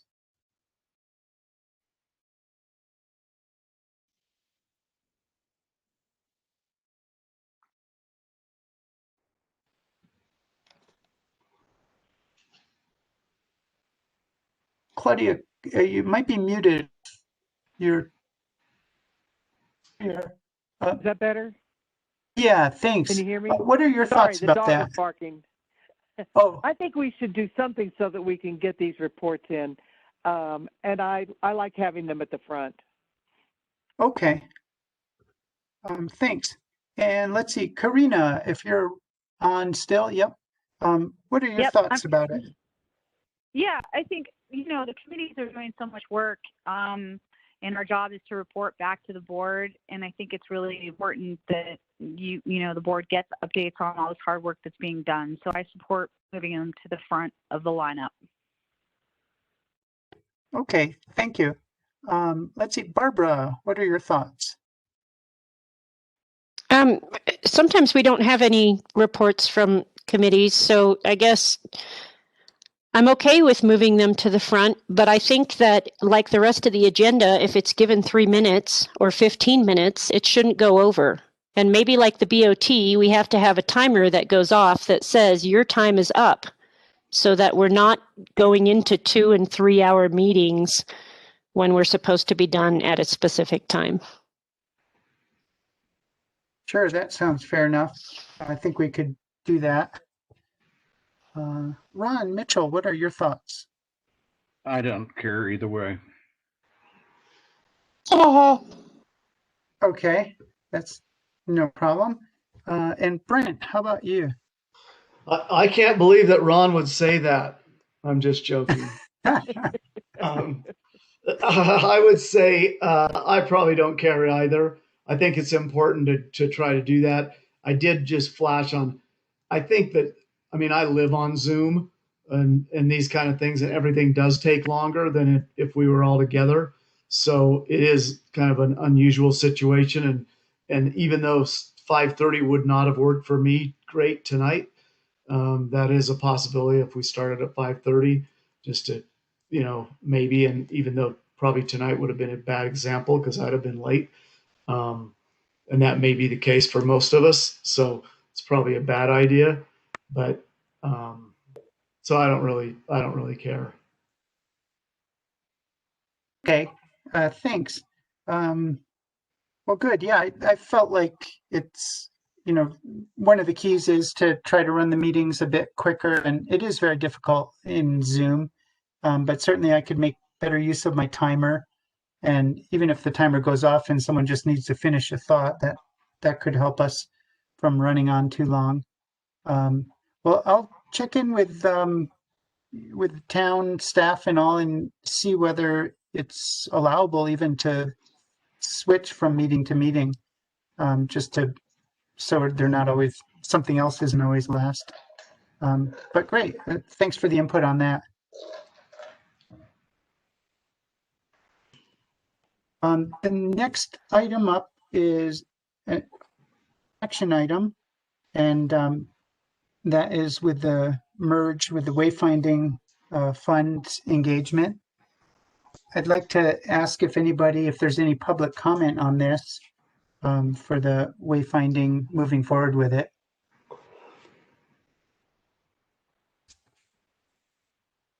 Okay, seems like not.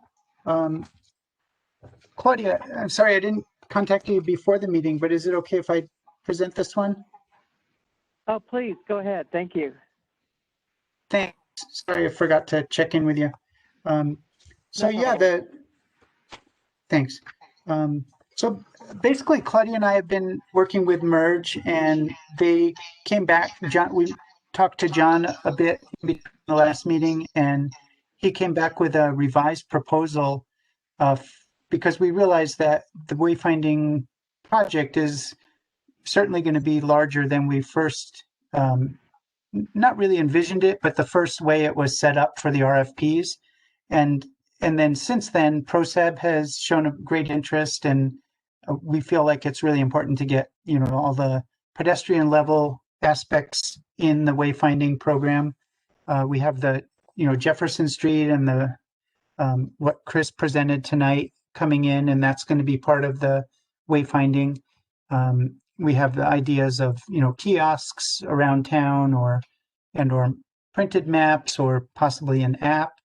And so we talked to John at Merge, and realized that we kind of needed to do the discovery process and get the stakeholders involved and flesh out the whole project to really determine what different stages we would want to do and the scope of it.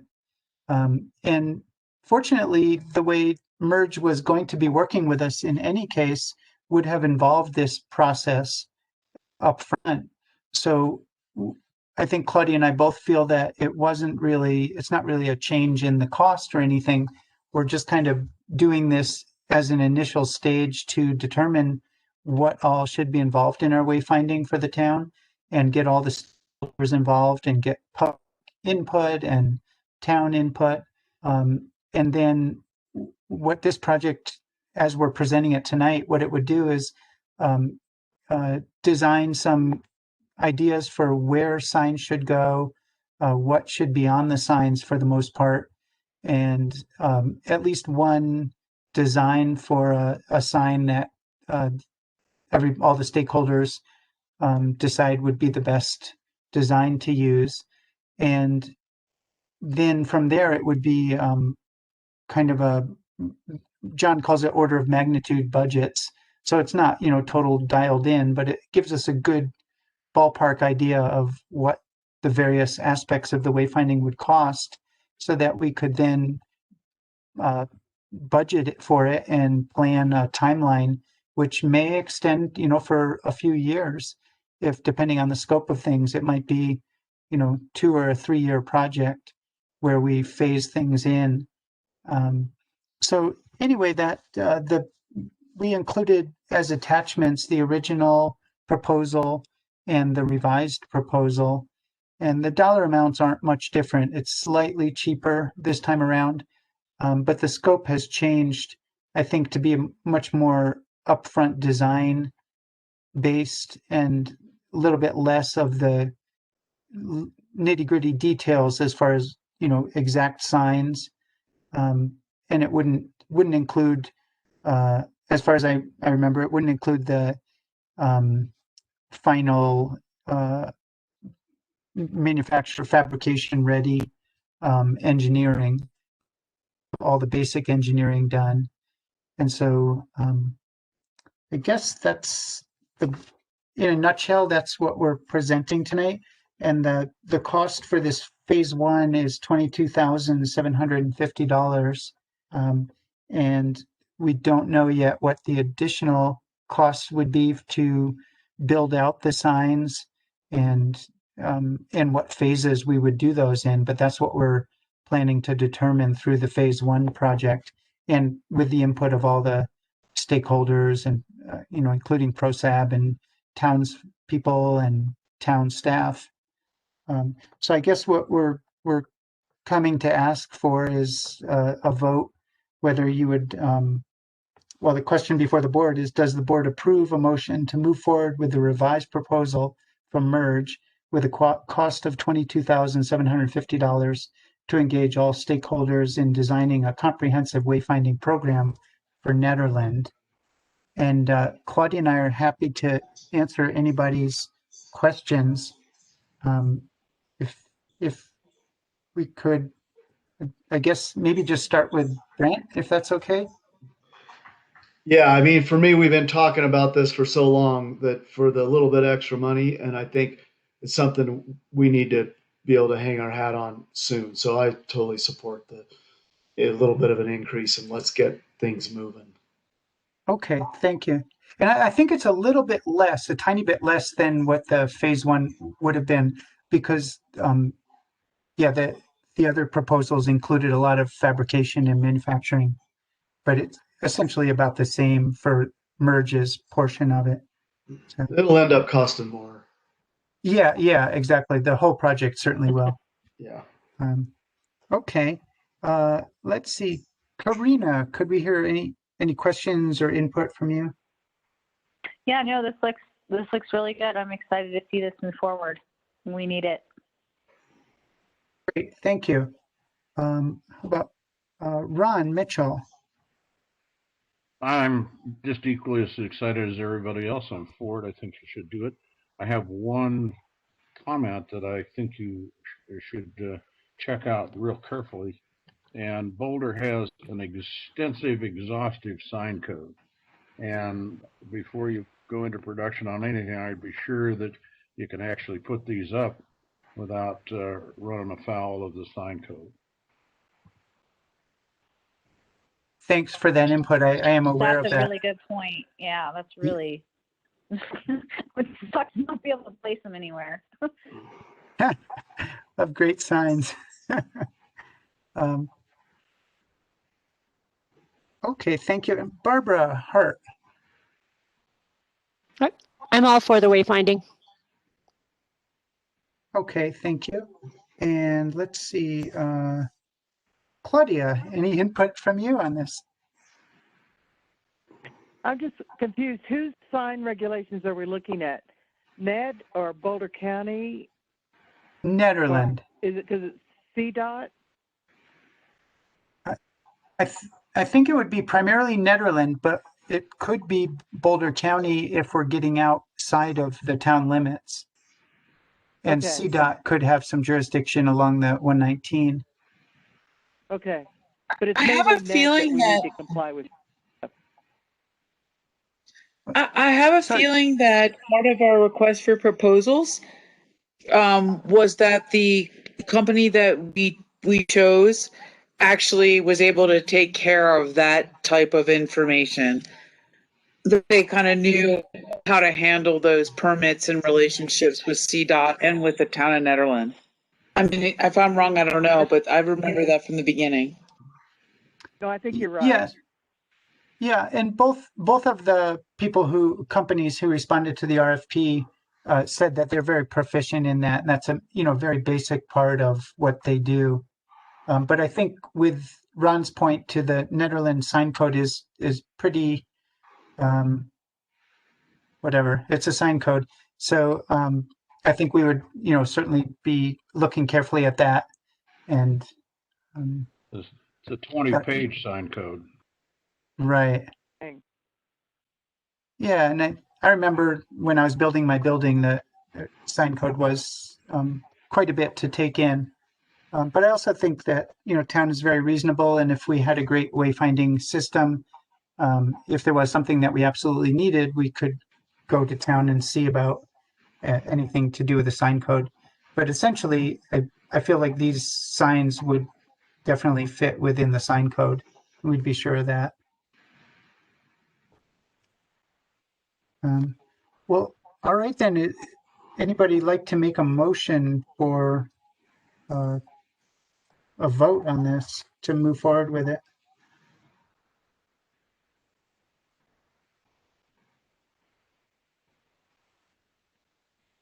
I move forward as presented the sign ordinance or the wayfinding proposal, I guess. Is that what you're looking for? Yeah, actually, I kind of wrote it out. Let me give it a shot. I'm terrible at these, but I'll give it a try. I make a motion that the board moves forward with the revised proposal from Merge with a cost of $22,750 to begin the designing a comprehensive wayfinding program for Nederland. Second. I'll second it. Okay, great. Hope, could you call a vote since it's money?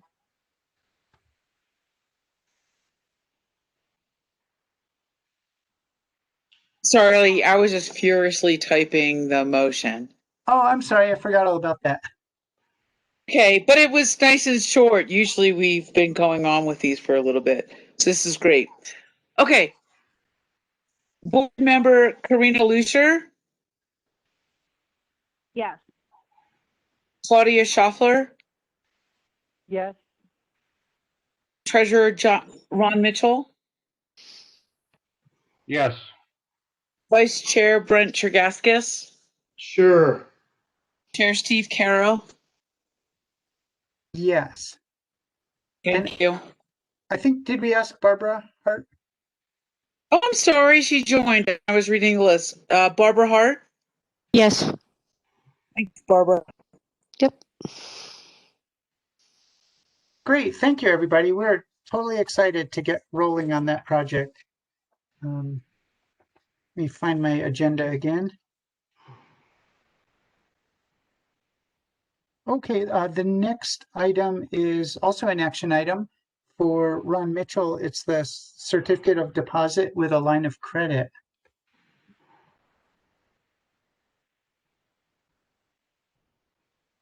I think I talked to every single board member, and I think we're ready for a vote on it. If there's any questions, I'm ready to answer any.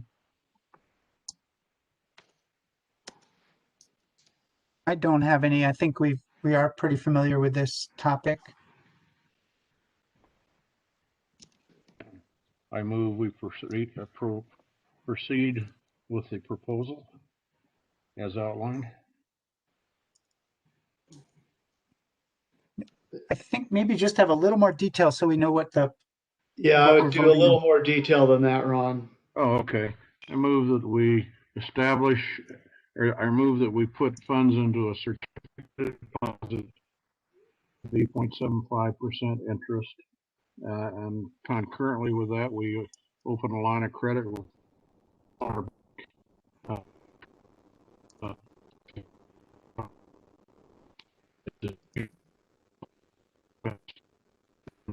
allows us the flexibility. Well, that's it. That's the motion.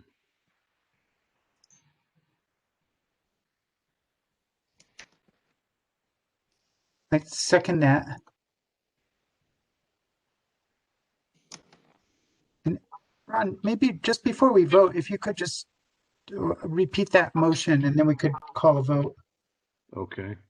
I move that we purchase a certificate deposit for $250,000 at the Sunflower Bank, and at the same time, using the certificate deposit as collateral, open a line of credit, which will cost $1,500. It's a two-way commitment for both parties. The interest on the CD is 0.75%, and the interest that we would pay on the loans would be the floating rate. I think it's given it something above Wall Street Journal Prime or Fed funds. I can't remember which. So the prevailing rate charged by Sunflower Bank. Okay, I second that motion. And Hope, could you call for a vote? Well, first, can I just quickly ask you a quick question? In Sure. the motion, you've committed yourself to a lot of numbers and a lot of definitive things. I guess Yes. with things changing so much is okay. Never mind. I'll have to sharpen the motion because it's kind of long. Okay, so Vice Chair Brent Tregaskis, Yes. Carol, Yes. Board Member Barbara Hart. Did you say yes? Yes. Okay, Karina Lucier, Yes.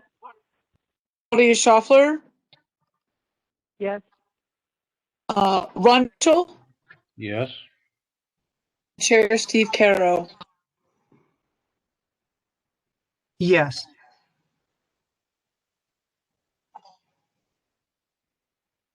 Great. Thank you. That unanimous. Now we're up to committees. And I wanted to mention it's 10 after 8 and we should be wrapping up pretty soon. But the first committee report would be from the Big Springs Parking Committee. Ron, since Andrew's out, do you have any update? You've kind of given us an update already, but if there's anything else you'd like to mention, that's great. Moving forward as fast as we can. That's it. I thank you. And let's see, we have the Performance Space and Electrical Box Committee. And I don't know, Chris, if you're still on the call. Chris had to Everybody leave else? at 8, so he could email the DDA an update if you'd like, but he had to drop off at 8 o'clock. Okay, no problem. We did get a little bit of an update. Or Hope, did you have anything more you wanted to add? Well, you know what? I'm sorry we're blowing by this so quickly and that there are no pictures for it, because this is actually a project to celebrate. We went through a lot of serious meetings and discussions and tensions and neighborhood opinions, and this is a site for maybe future public art. So we really should all really pat our backs, get this in the newspaper, and put this out there that this is on to support events and festivals in Gershio Field. That's it. I agree. Yeah, thanks. That is true. That was a very long time project, and it will be a great thing for the community, I think, moving forward. Now for the beautification committee, we have Claudia, if you have anything you want to say? No, I don't at this point. Sorry. No, that's okay. Let's see. And then with the communication committee with Barb Hart. We had a great meeting with Spafford and are working on quite a few things from the website, but you really won't see anything until at least the next DDA meeting. So I will email everyone individually. Okay, thank you. Let's see. And Karina, if you have anything new going on with the Public Art Committee? Ray is going to be a better one to update everybody on that. I mean, we're making some progress, but I don't have any incredible news to report. Okay, well, we'll look forward to a more detailed report next month when Ray will be back, I hope. Yeah. And we also have the committee, which I think has been a little bit dormant lately. But Claudia, I haven't given up on it, but it has been dormant. Okay, sure. Now I know that you and Jonathan are both on that one. Okay. Well, that takes care of the committee reports. Now we have informational items. The chair report, I didn't create anything for that, so I'll pass. The treasurer report, Ron, do you have anything for that? Yes, the board passed the CD and line of credit proposal. Thank you. Breaking news. And now we're up to Hope with the executive director's report.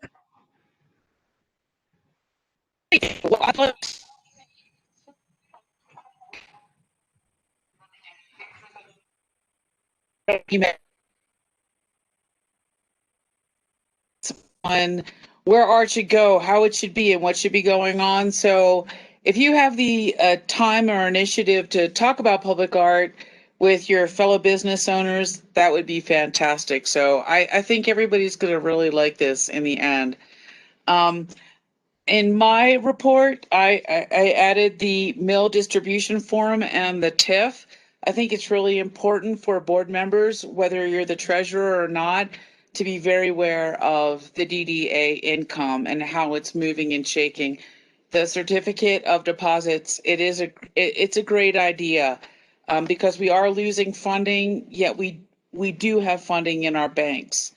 I also added the accounting statements. Tanner, I think the pricing is a little high, but I have to say I'm also kind of impressed with how Tanner has been moving along with us. So I kind of think whatever money that we're spending on accounting is actually really worth it. We've applied for reimbursement for the grant, the dollar grant. I'm still waiting to hear back. What was holding us back were the porta potties. They just had questions about our receipts, and because a larger bulk of our funds were tied with those porta potty receipts, everything's been kind of held back a little bit. BidNet, I'm so excited for all of you who engage in a project to hop on to BidNet and learn more about how to kind of enhance your project and understand more of its budget.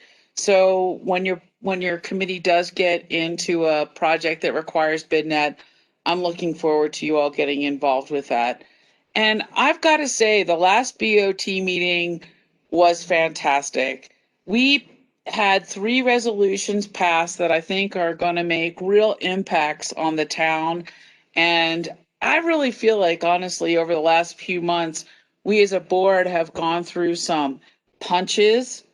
We've hit some lows as far as how we were perceived.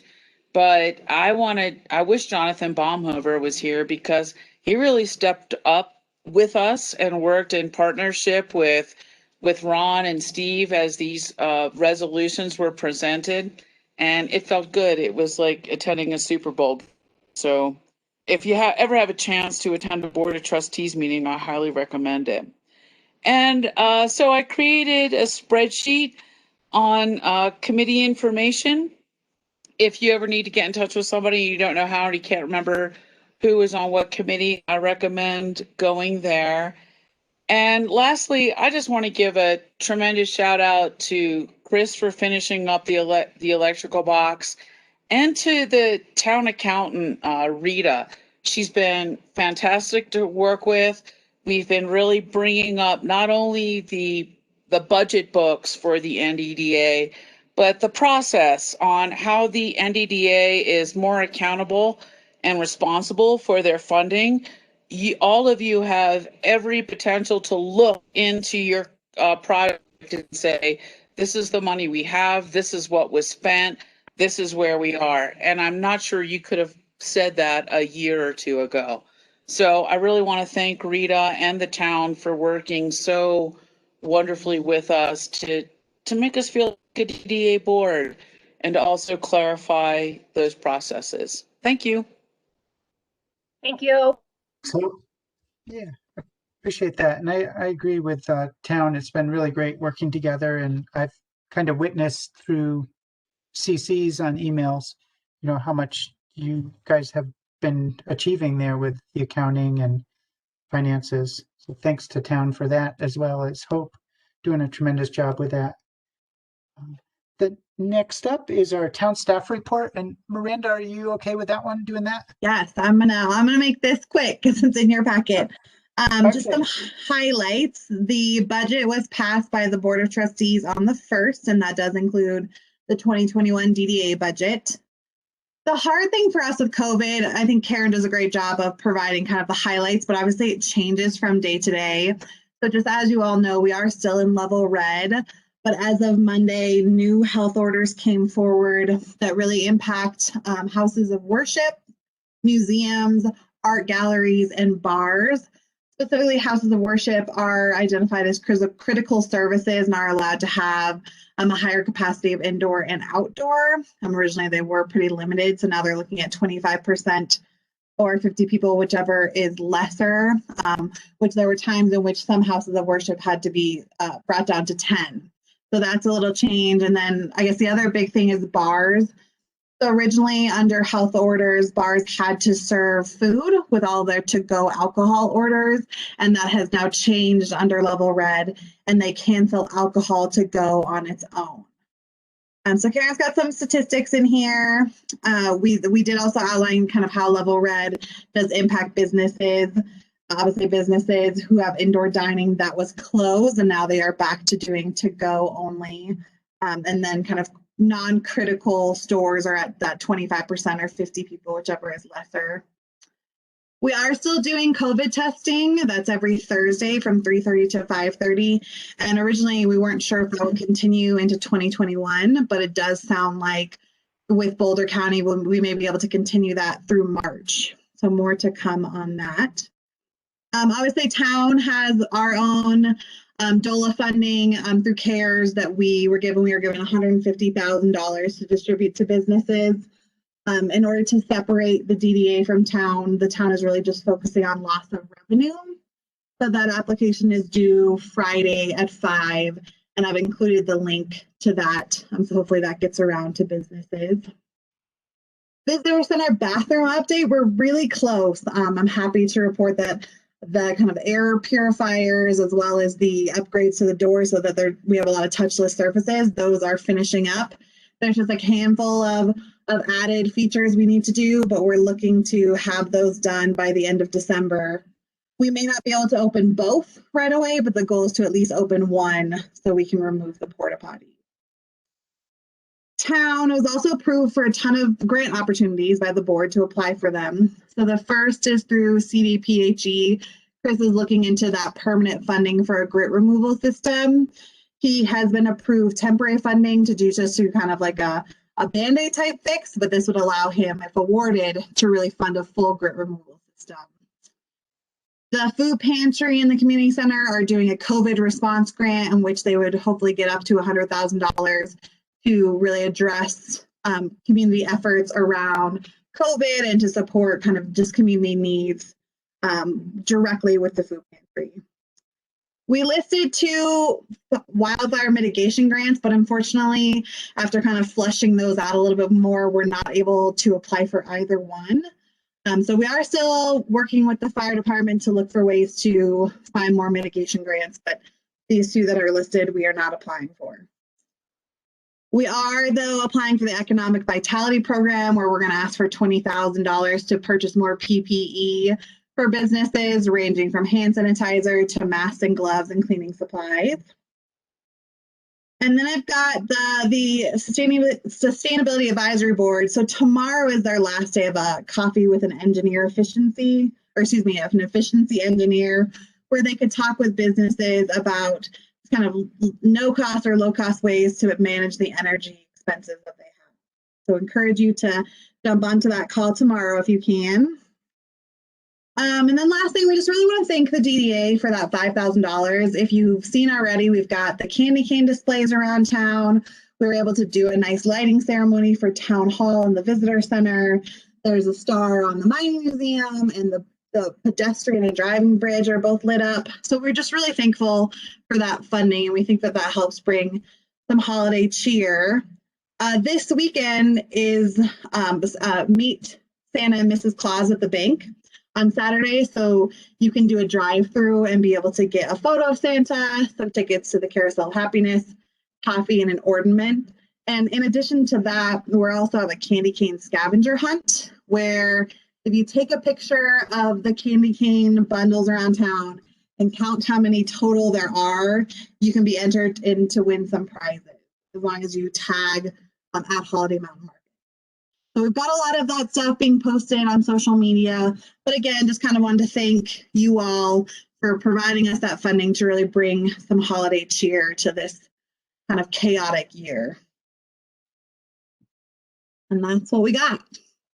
Great. Thank you, Miranda. That was a nice quick rundown. And I just want to say thanks a lot to Town and Public Works for a great job, making use of that money and putting up a really nice light display all over town. I haven't even driven everywhere, but it's real noticeable, and I think it looks really nice. I also just wanted to give a shout out for Nederland, having that testing program, COVID testing every Thursday from 3:30 to 5:30.